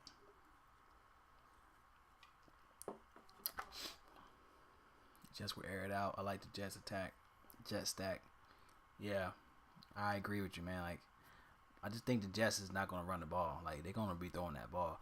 Because that's the thing about the as we look at last year. That's what we see. It's like, they're good against the run attack. As you can see, there's a lot of green up here for the Ravens. You know what I mean? Let me zoom in so y'all can see. But as you can see, Baltimore are up here. Like, all their red is because of the pass attack. But when it comes to green, they shut down the run attack. Rushing yards, they're number 1. Rush attempts, number 3. Rushing touchdowns, number 7, 5. You know what I mean? Like, they're green when it comes to the run attack. But they're garbage against the pass attack. You know, so that's going to be more likely the game plan. That's going to be more likely the game plan when it comes to the Jets against the Ravens, you know. Flacco's going to have... And not knowing... That's the thing, too. Like, not knowing Flacco's arm, you know what I mean? Like, I don't think he's going to air it out to, like, a Corey Davis. Like, he's going to keep it low, keep it 5-10 yard passes. You know, whereas that's where Barrios is at. Barrios is in the 5 to 10 routes, and you got Elijah Moore. He's always going to be on a 10+ route. You know what I mean? So give me those two guys. I think Corey Davis is still in play, but he's one of those guys that's like a big play. You know what I'm saying? I don't think that he's going to be dependent on more than Elijah Moore. Elijah Moore is one of those guys that's going to give you like 8 receptions, 100 yards, because he's constantly getting those 8 to 10 yard passes. You know what I'm saying? So that's the reason why I think there's a difference when it comes to like understanding the roles of the receivers. You know what I'm saying? Like Corey Davis, he's like that 10 to 20 yard pass play. You know what I mean? Like, he's not those. And knowing Flacco, I think Flacco's gonna keep it safe. I don't think he's gonna air. If he's open, he's open. You know what I mean? But when it comes to pricing, I think you get a receiver that's $5K that's gonna constantly get the ball. I think that's what Elijah Moore is about, you know. So, give me Elijah Moore.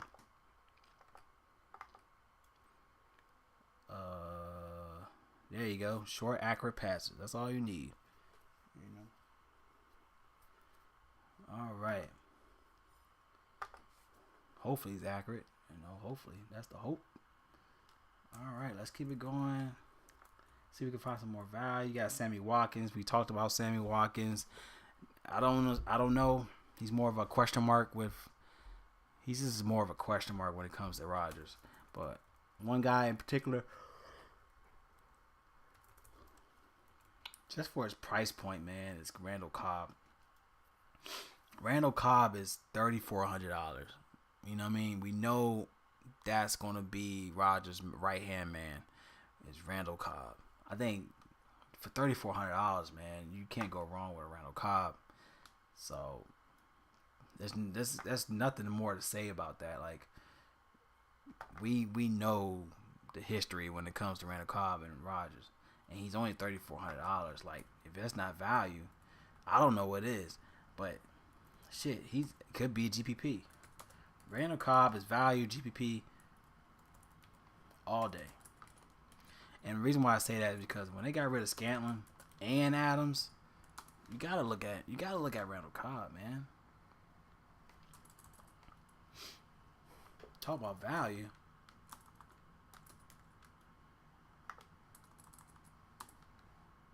Randall Cobb, man, $3,400 is too cheap. Too cheap to overlook, man.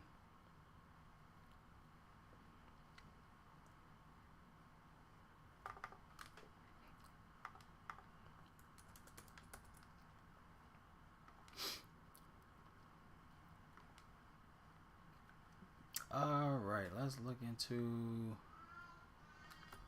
All right, we got Paris Campbell. He's a potential play. I like Paris Campbell.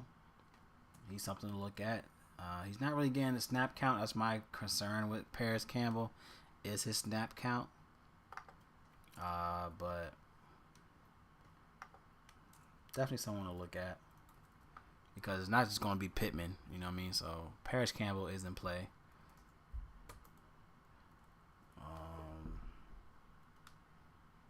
You got Amon St. Brown going against the Eagles. Let's look at how he's, shit. He's like their right-hand man. He's been balling like last year. But then again, I got to figure out. Let me see. St. Brown.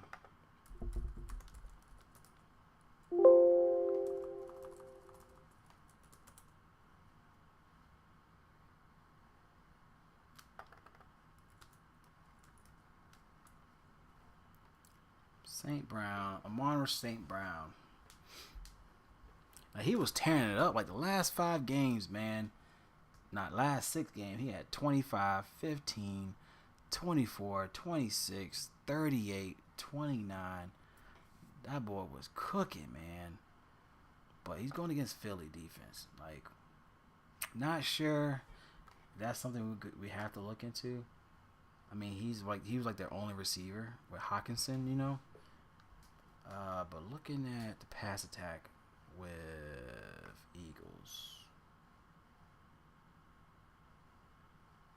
Eagles was a good, like they were pretty good when it comes down to the pass attack. So I'm not sure if I would target him as much. Yeah, I'm not really sure if I'm gonna target him. He only had 8 fantasy points last time he played him. That was week 8. So he had 3 targets, he had 3 receptions for 5 targets, 46 yards. Yeah, I'm not sure if I'm gonna play him against his defense, which I feel like the Eagles' defense gotten better too. So,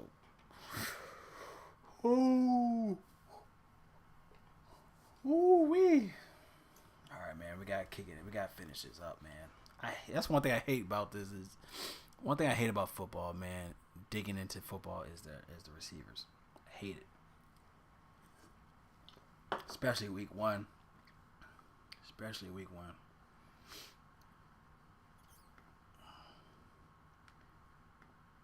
All right, Yeah, he's $6,100, but yeah, I'm gonna pass on that. DJ Moore going against the Browns. I mean Browns defense too, man. Browns pass attack, I think was effective as well. Like I can't. Let me just double check them too. Browns.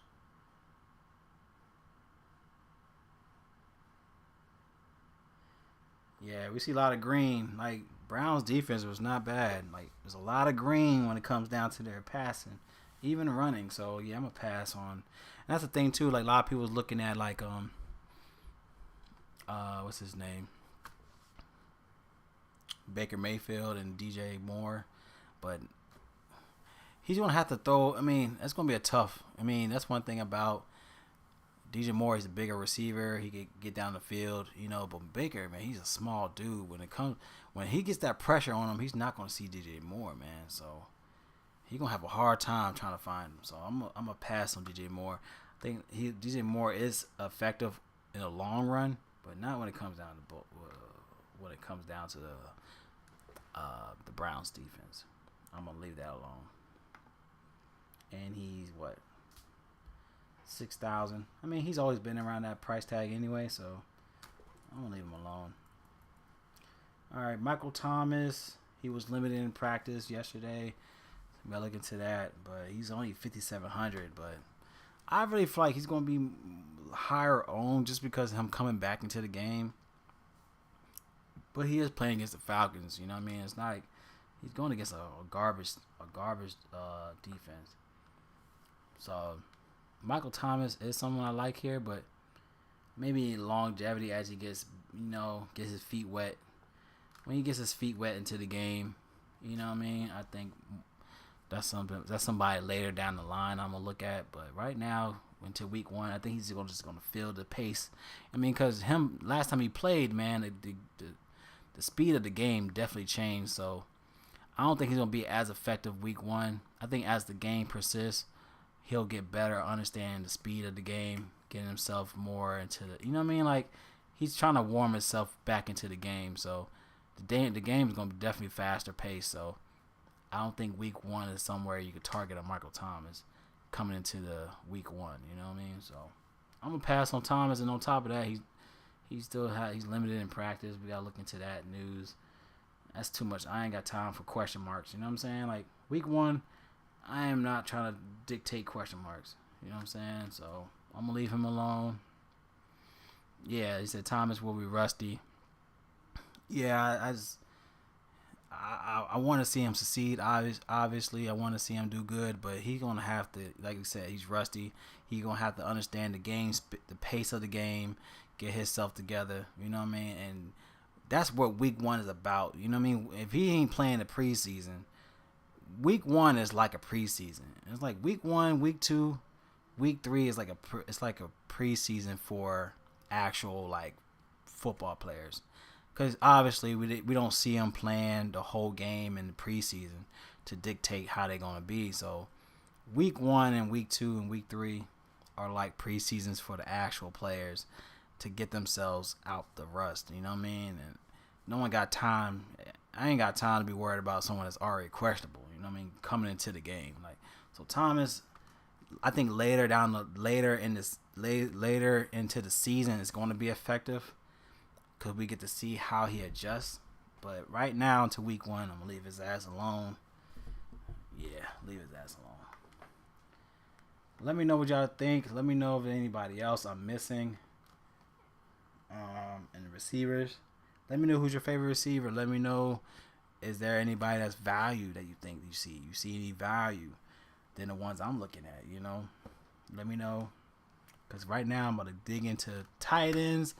And then I don't got that many tight ends. I only got a couple tight ends I'm looking at into week 1. Maybe one tight end. I think I only got like one tight end, obviously. Honestly, I think I only got one tight end. I ain't got too many tight ends into week 1, but yeah. We got football tonight. I'm not going to have a video for Thursday Night Football. I think it's kind of obvious who the players are for Thursday Night Football.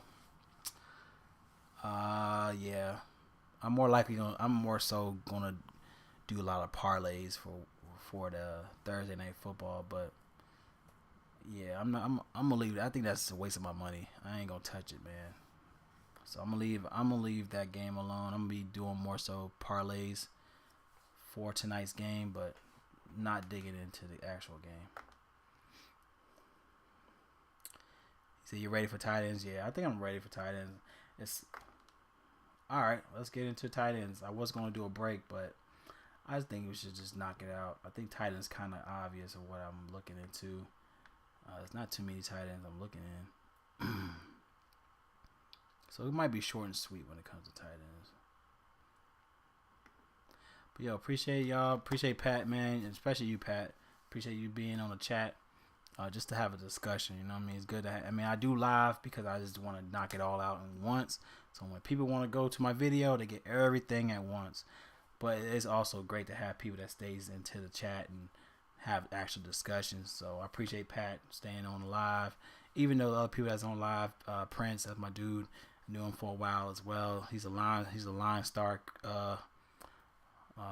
boy, man. We've been riding Line Star for a while, so appreciate the Prince. He showed love so on the chat. So but like I said, Draft Dashboard tools still available. It's always going to be available. free. I think it's gonna be free up to 30 days. I think it's $1 up to 30 days. But like I said, if you talk to Chris, if you went to Chris videos, hit up his email, just say, hey, I just want to try it out for a week or 2 weeks. He definitely would.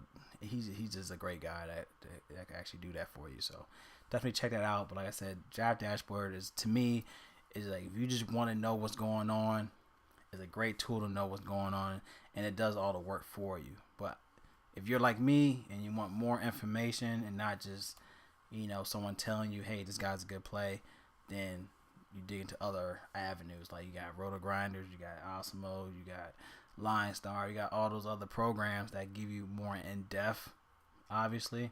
But one thing I like about Draft Dashboard is it's just easy to understand. It's a great platform, fast platform to pick your players right then and there when you need the time. You know what I mean? And it just does the work. So definitely check it out. My link is in the description as well. So when you click on my link, you will get my plays because my actual link is tied in with my players. So when you click my link, you'll get access to my player list. You know what I mean? So that's cool to have. So, but yeah, let's keep it moving. I'm looking through the receivers right now. I don't really see much that pops up than the ones that we already spoke about. So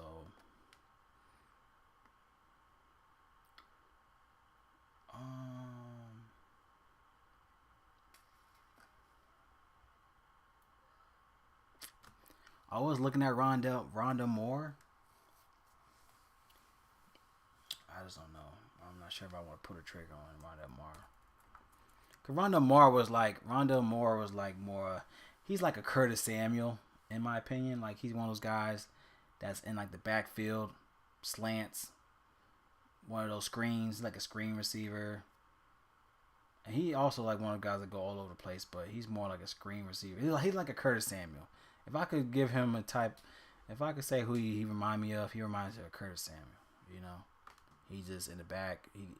He's one of those guys that you give him a screen pass and he could give you 10 plus yards on a screen pass. You know what I mean? Like, I'm not sure how effective that is going to be, but like I said, like when it comes to like chemistry, we know the chemistry with him and Murray. You know what I'm saying? So if I could look at someone that's value, I'll say Rhonda Moore is someone to look at too. But let's get into the tight ends and knock this bad boy out.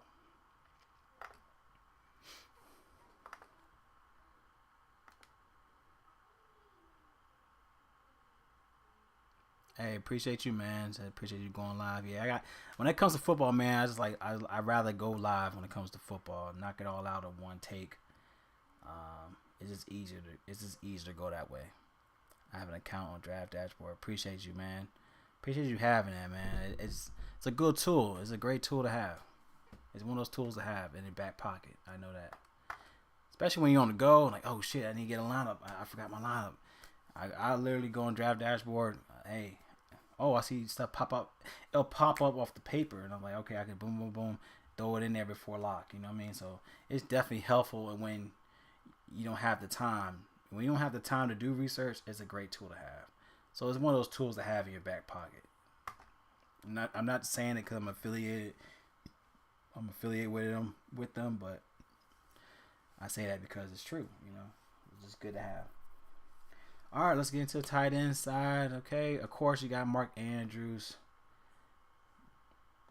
He's an obvious play. $6,800 on DraftKings. He is priced up on FanDuel. He's what, $7,900 on FanDuel. But I mean, that's one of those play. It seems that that's one of those positions that the Jets has a hard time defending, is the tight end position. They give up 27th against the position. They're last in defense.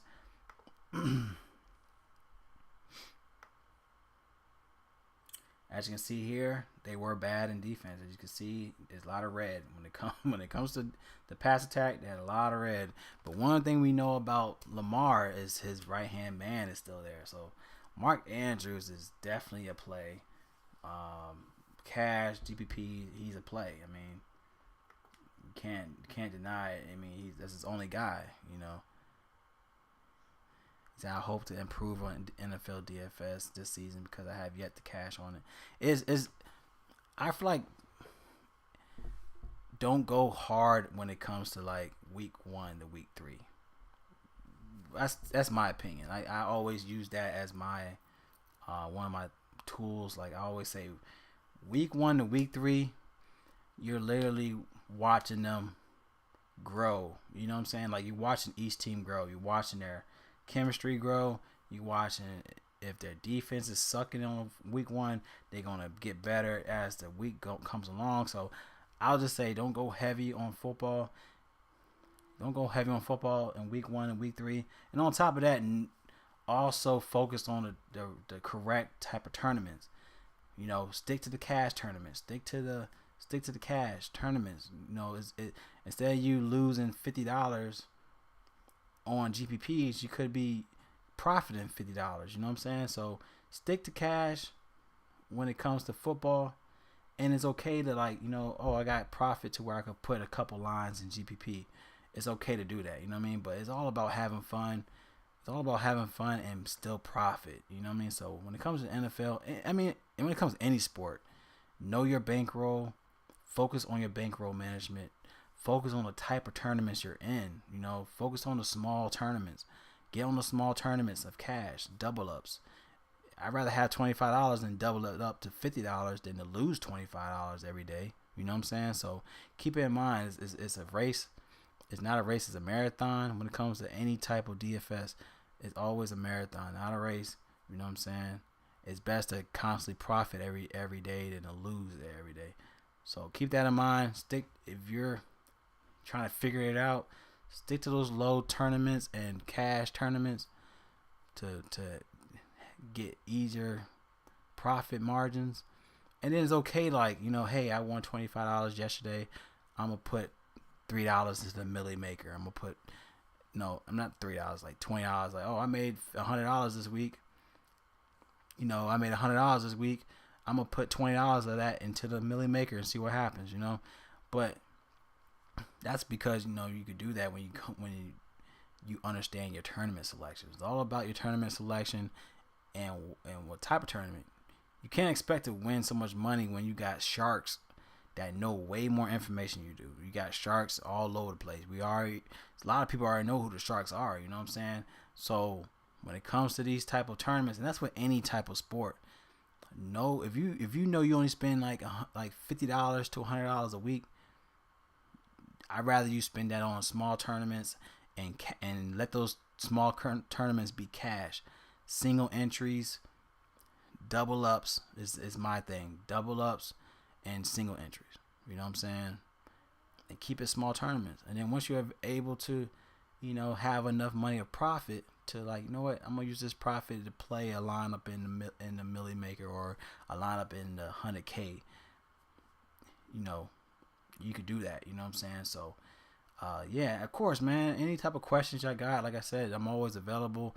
If it's Twitter, if it's on my actual videos, I'm always available, man, when it comes to this stuff, because I love it. I love doing it, and to be able to do this on the side and as a side job is amazing. You know what I mean? I had so many different networking, so many different sponsors that help me out.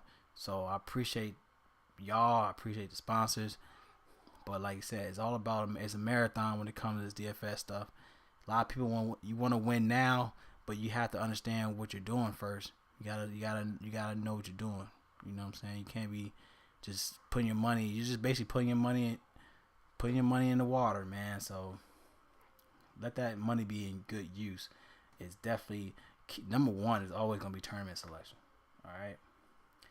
So let's get back into it. That's just kind of like something we had to just dive into, but I had to like let y'all know that, man, because a lot of people get mad about DFS, and I'm like, it's not. You shouldn't even get mad. It's something to have fun, and you can make good money doing it. But it's all about pacing yourself, knowing what type of tournaments, having fun with it. You know what I'm saying? But stick to your bankroll, man. I'm gonna say that to anybody. You know what I mean? Like, some people be saying like, "What's the key to winning a Millie Maker?" I'm like, no one knows the key to winning a Millie Maker, bro. Like, you just gotta have obviously, number one, you have to have a unique line that no one else will have that line. And that alone is hard to do, especially when you're trying to find value. You know what I'm saying? So just have fun with it, y'all. Have fun with it. And on top of that, control your bankroll. And controlling your bankroll means small selection tournaments, whether it's single or double ups. I'd rather y'all make money every day than lose money every day. That's his bottom line. All right. So like I said, Mark Andrews, love the spot. Just a garbage against tight ends. Mark Andrews is his number one receiver / tight end, because what's going to be with Andrews. That's how it's always been with Andrews. With Lamar, he's a tight end, but he's a receiver at the end of the day, point blank. Mark Andrews, cash, but he's a great player. All right, so let's plug him in there.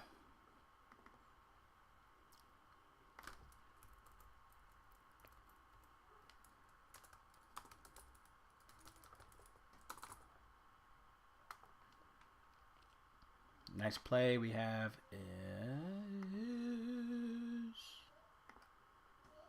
we got Darren Waller. I don't know.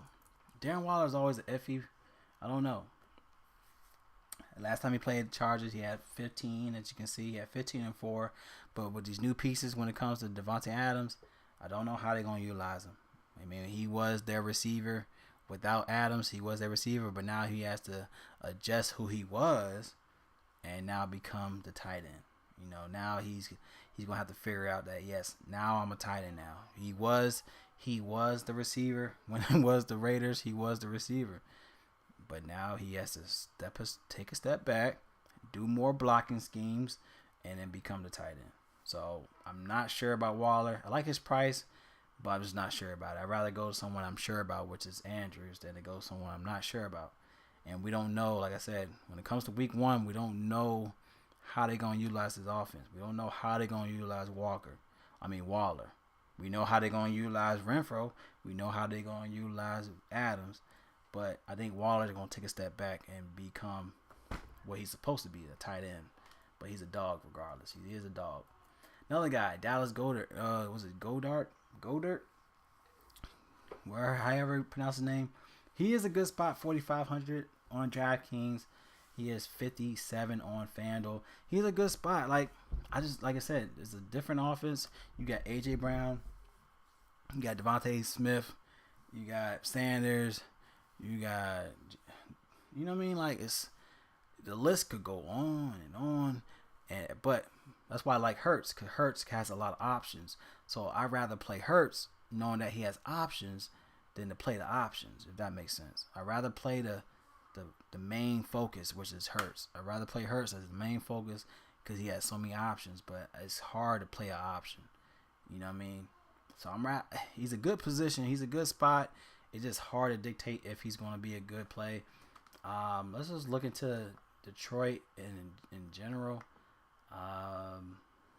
when it comes to tight ends. Let me just look at some stats real fast with Detroit to see if this is actually a good play. Dallas. Goddard. That's how you pronounce his name. Okay, so Detroit is bottom tier, allowing 78 receiving yards to tight ends. They allow more pass attempts at home. Detroit allows more fantasy points to tight ends at home.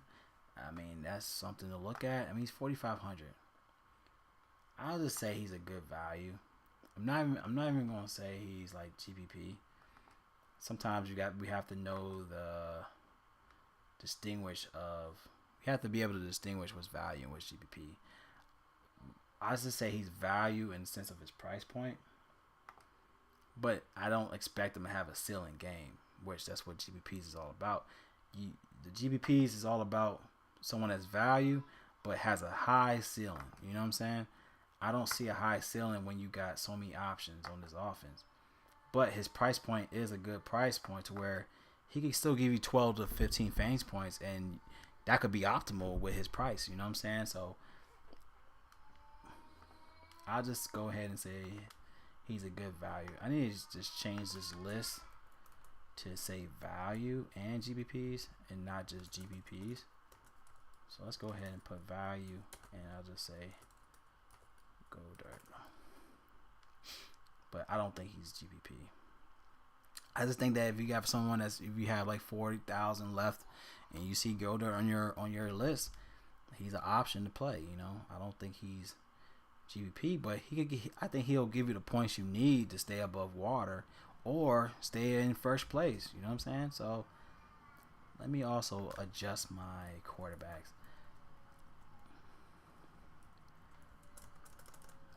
Quarterbacks too. I'm gonna put value. Cousins is GPP, I think. Ryan's GPP.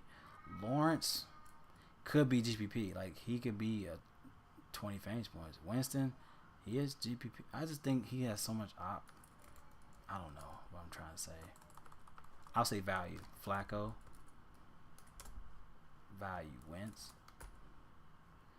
I don't think Wentz is GPP. I know Winston is GPP in my opinion because we know like I think he was on the list with like one of the top quarterbacks with yards per se, which isn't. I was real shocked to see him on that list, but he had he was up there with the greats when it comes to passing yards, you know. So I'll say Winston is a GPP value, but I'm gonna put value. I need to start putting value on my shit, so people understand what's GPP and what's value. It's a little different. A lot of people don't understand the difference.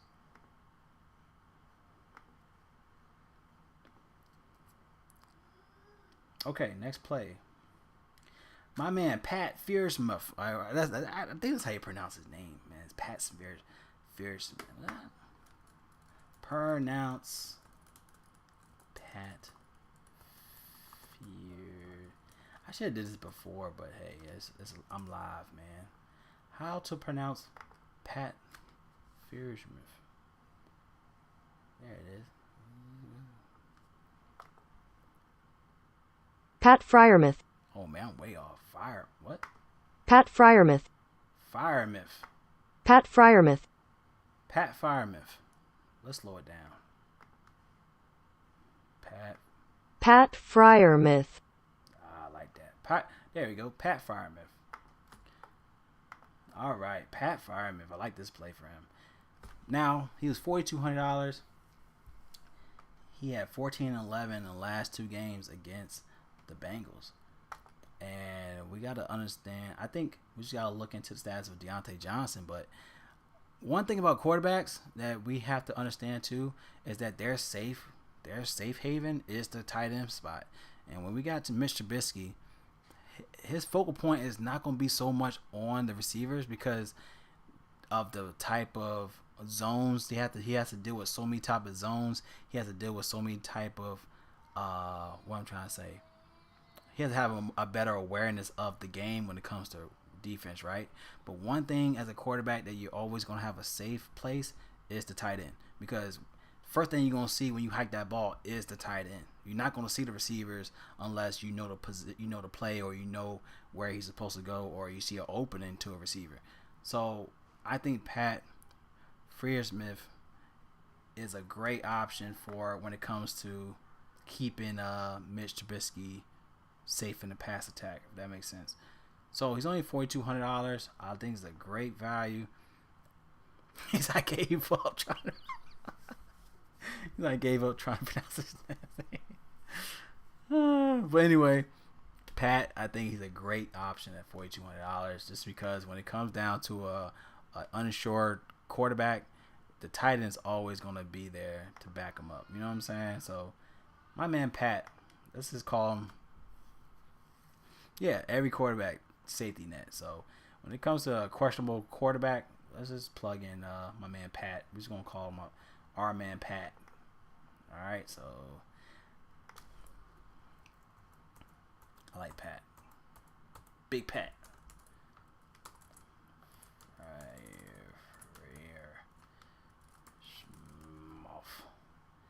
don't think I spelled it right.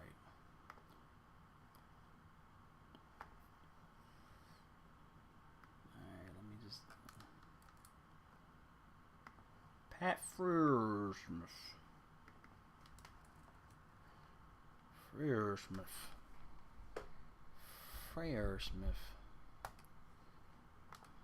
Alright, we got my man Pat. GPP. I just like the price tag for him. Alright, we got Gerald Everett, 3,800.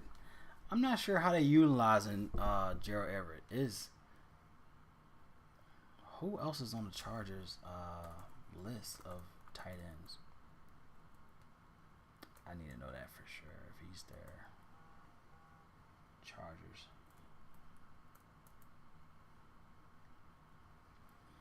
I think that's it.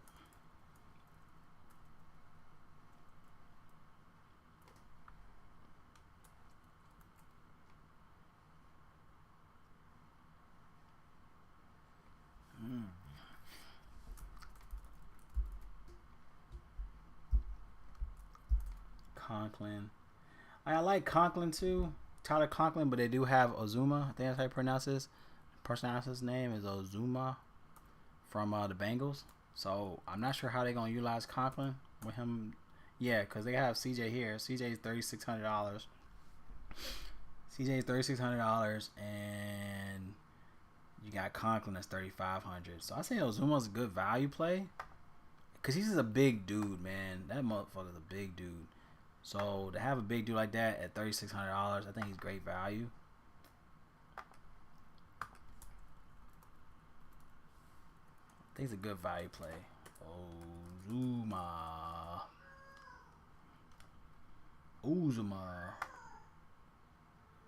$3,600 for Uzuma, man. I think it's a good spot for him. I'm not sure with Hunter Henry when it comes to Miami. I just don't know. I have an intriguing spot for Adam. This dude Adam Trotman for Saints. Last two times he played the Saints, he had 9 fantasy points, and he's only $3,100. I think that's intriguing for a guy like that, Adam Trotman.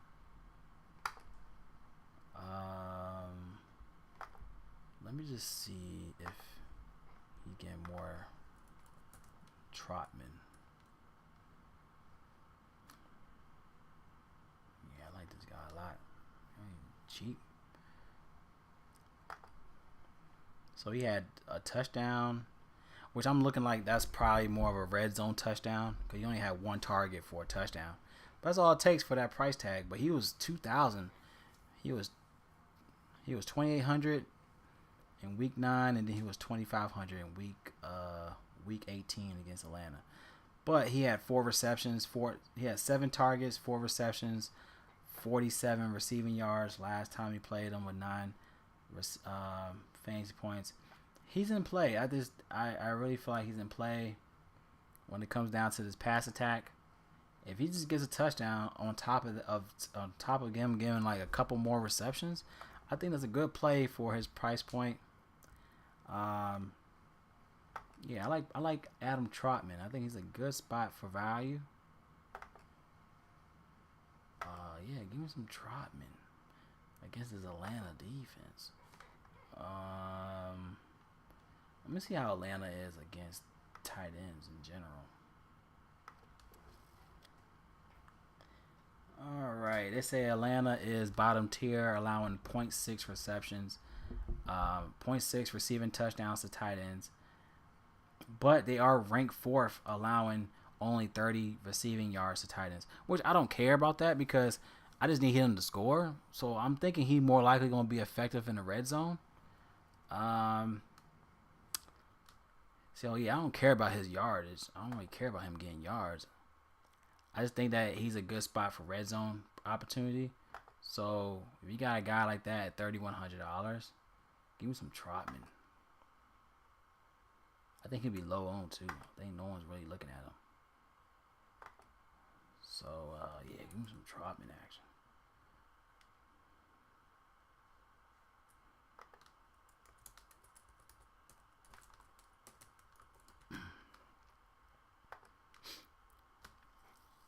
Yeah, I'm liking this list, man. We got a good list. I think we got a good list of what we should be playing for week 1.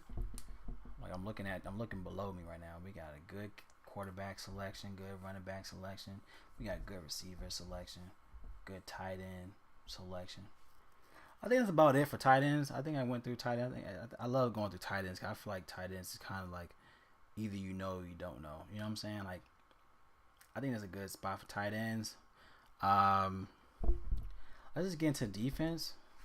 Let me adjust my position stuff. Everything is getting a little squished up. So can I adjust this? I need to adjust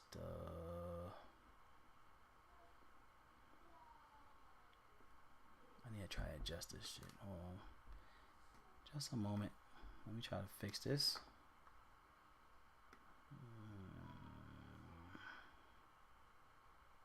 How do I make it smaller? Can I make it smaller? Yeah, I can make it smaller. Let me just do that.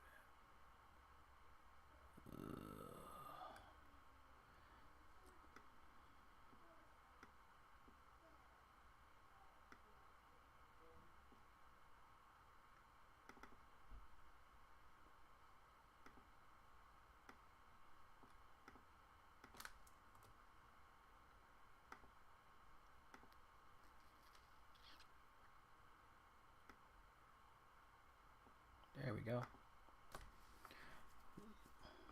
Does it look small on... Y'all let me know. Does it look too small on the screen? Can you still see it on the screen?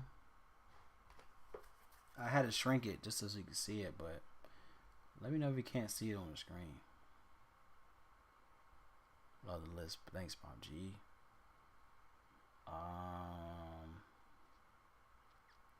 Yeah, let me know if you can see the list. I mean, I had to shrink it a little bit, but yeah, let me know if it's...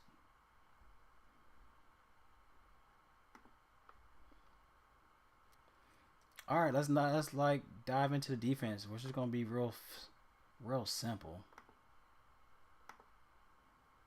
All right, you can still see it, my man. All right, let's just dive into the defense.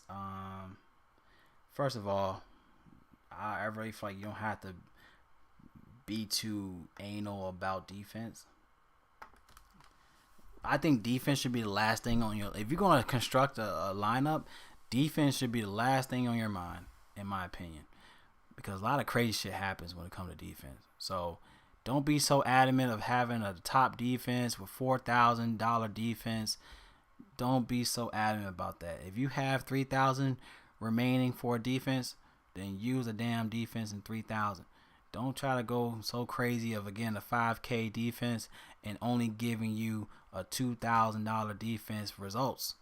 All right, so like for instance, we got 49ers against the Bears. Yes, they're a good defense. They are a good defense. I love this defense. It's my squad. But I'm not paying $4,100 for this defense. I'm not paying $5,000 on FanDuel for this defense.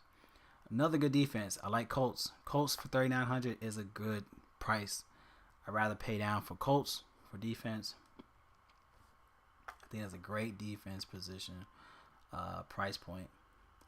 But like I said, don't be so adamant of having a high amount of defense. If you only have $20,000, if you have $2,000, maybe $2,900 left on defense, then use it on the defense. Don't try to change your lineup up top and change all that hard work you did up top for a defense. Remember that, all right? Like, it's okay. It's okay to get a not $2,900 defense. You'll be so surprised that even if they lose, they're giving you enough to win the damn tournament. So keep that in mind, all right? So defense-wise, I just like the Colts all around. But cash, definitely going to be Colts. I like Colts regardless, but like Colts defense. And they priced below 4,000. I think Browns defense is a good spot. $3,800 going against their former team. Like, I think you could go Browns. I think Browns could be a potential spot. Saints is a good spot. I mean, who's on Atlanta other than Peterson, which we talked about Peterson, but Saints is a potential defense. You know what I mean? Like, they can have a lot of takeaways. They can have pick sixes. You know what I'm saying? We don't know, but having Mariota is not like an elite quarterback, so they can have a lot of sacks here. They can have a lot of pick sixes here. They can have a lot of picks in general. They can have a lot of fumbles. So Saints is a potential defense that I think is going to be low owned. I think a lot of people's not really looking at the Saints. But they're in the matchup to where they're in a good spot to play.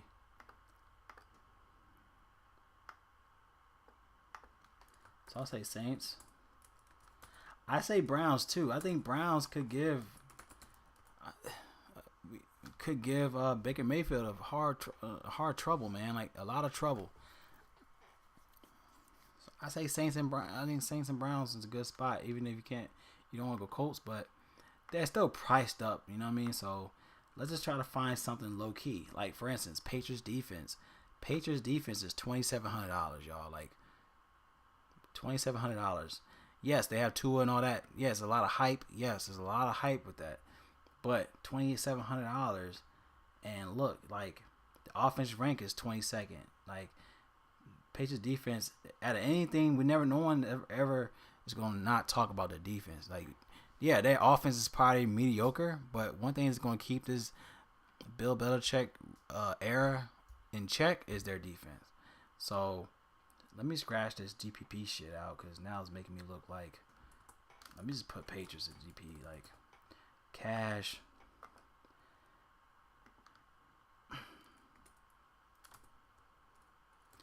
I'll say Saints and Patriots. Like, yes, I think Browns is a potential play, but when you got a spot with Patriots is $2,700, like, it just makes me not even look at the Browns no more. You know what I'm saying? It don't even make me look at. I don't even want to look at the Saints no more when it comes to Patriots. Like, $2,700 for the Patriots. You know what I'm saying? MIA defense. I don't like. Nah, I'm not.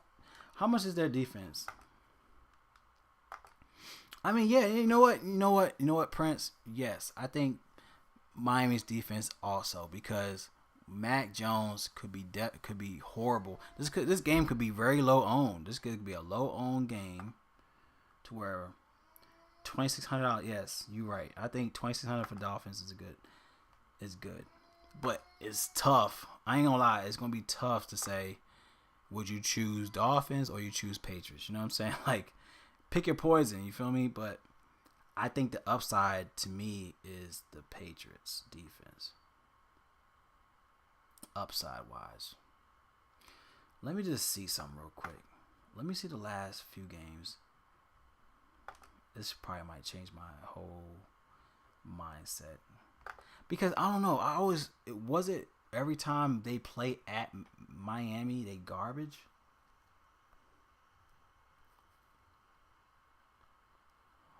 I think they're playing at Miami.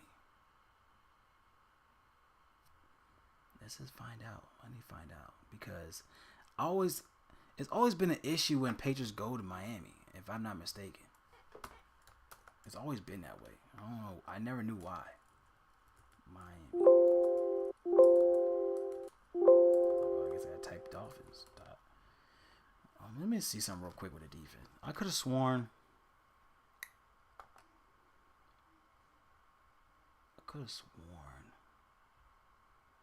It was always. The fuck is this?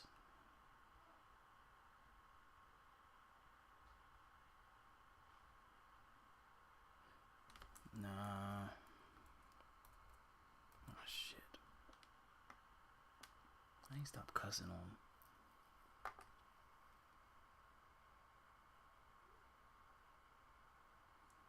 Okay, so last time, so they had 20 fantasy points. So Miami's defense had 20 fantasy points at home. They had 2 sacks, two fumbles, 2 sacks, an interception, and they beat them too. They had 20 fantasy points at home. Then they had 5 at New England. They had 9 at home. Then they had 2. They always did. I knew it. They always beat them at home. Like they always. Okay, 2019 they had 3. Then they had 11 at New England. You know what? I'll just go ahead and say play both. Yeah, they gave Tom trouble. They always gave him problems, man. I'm like, every time they play, you expect a lot out of Tom, man, and Tom just have a hard time at. I'm like, what the fuck going on? All right, let me just type Patriots real quick and see what the Patriots defense is doing. Cause do I rather play them for $100 more? Would you play Patriots or you play Dolphins? Okay, so Patriots at Miami, they had 1 fantasy point. Playing at home, they had 5. Playing at Miami, they had 4. Playing at home, they had 11. Playing at home, they had 2. Playing at Miami, they had 37. But that was 2019. 4 interceptions. Now, I don't think they're going to get 4 interceptions on Tua. Right? I don't think they're going to get 4 interceptions on Tua.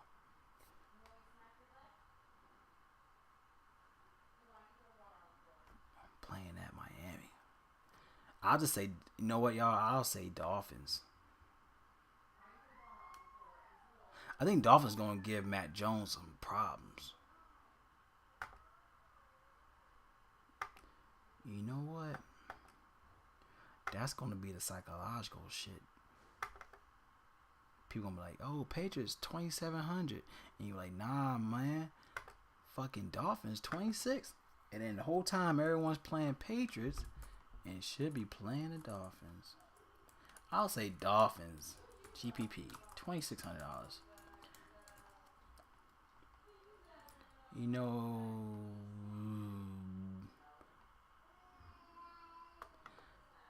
I'll say Dolphins over Patriots, y'all.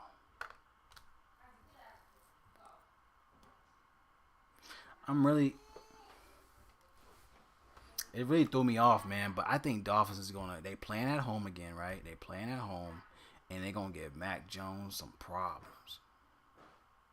Cause we already know Mac Jones having a hard time in practice. He can't throw the damn ball in practice.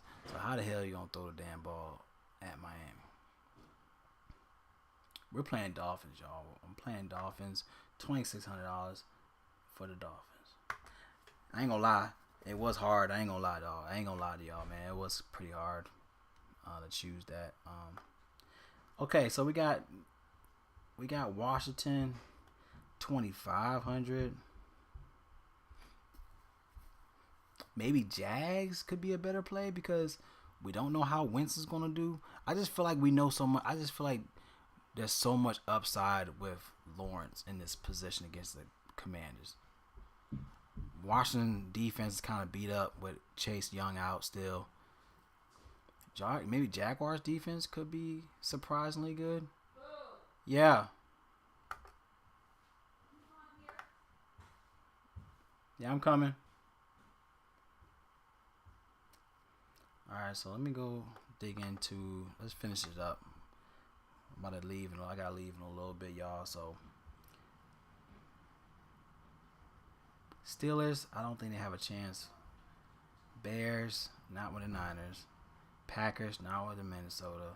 Chiefs, but they 3,000, so never mind. Jets, $2,300 for Jets could be a good spot. I'll go Jets, 2,300. I think they changed it up to where I think Jets could be a good spot here. I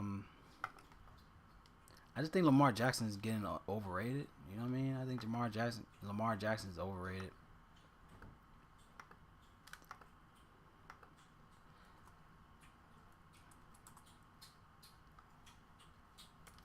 I'll go ahead and say Jets. GPP. $2,300 for Jets. Giving Lamar a hard time in week 1. Can't go wrong with $2,300 from the Jets. Well, you can, but you can go wrong. But those are one of the positions where if I had $2,300 remaining and I see the Jets as my last play, I won't mess up my lineup for a Jets defense. If that makes sense. You know what I'm saying? I'll say, you know what? I'm gonna just plug in Jets and hope for the best type shit. You know. Only issue I have is that they're going to have a hard time dealing with Mark Andrews, but I feel like they might give Lamar Jackson a hard time regardless. So the last times they played him was 2019. They had 5 fantasy points. And that's what, I mean, at $2,300, you can't expect that. I mean, I'll take it. I'll take that. You know what I mean? They had a sack. Yeah, at 5 fantasy points. Even though they had lost, I mean, 5 fantasy points it doesn't hurt you. You know what I mean? Then they played them in 2016 where they had 8 fantasy points. They had 2 interceptions, a fumble, which I could see him giving Lamar Jackson a fumble. I could see Lamar Jackson getting an interception. So $2,300 is not a bad price tag to get 8 fantasy points. You know what I mean? Even if they lose the game, don't get me wrong. Even if they lose the game, you're still getting 8 fantasy points with the bottom tier, with like the bottom price tag, is not bad. And I think that's it, man. What y'all think about defense? Let me know what y'all think about the defense. What other defense you might be looking into? I really just want to look into the value of defense because I don't know why, but that gives a lot of people a lot of hard time is picking their defense. Where I feel like just try to find the value of a defense and don't change your lineup for a defense. Like at the end of the day, don't change your lineup for a defense. At the end of the day. There's no reason why you did all this research to all of a sudden make these changes because you have enough money on defense. Unless you don't have enough money for defense, obviously. But, I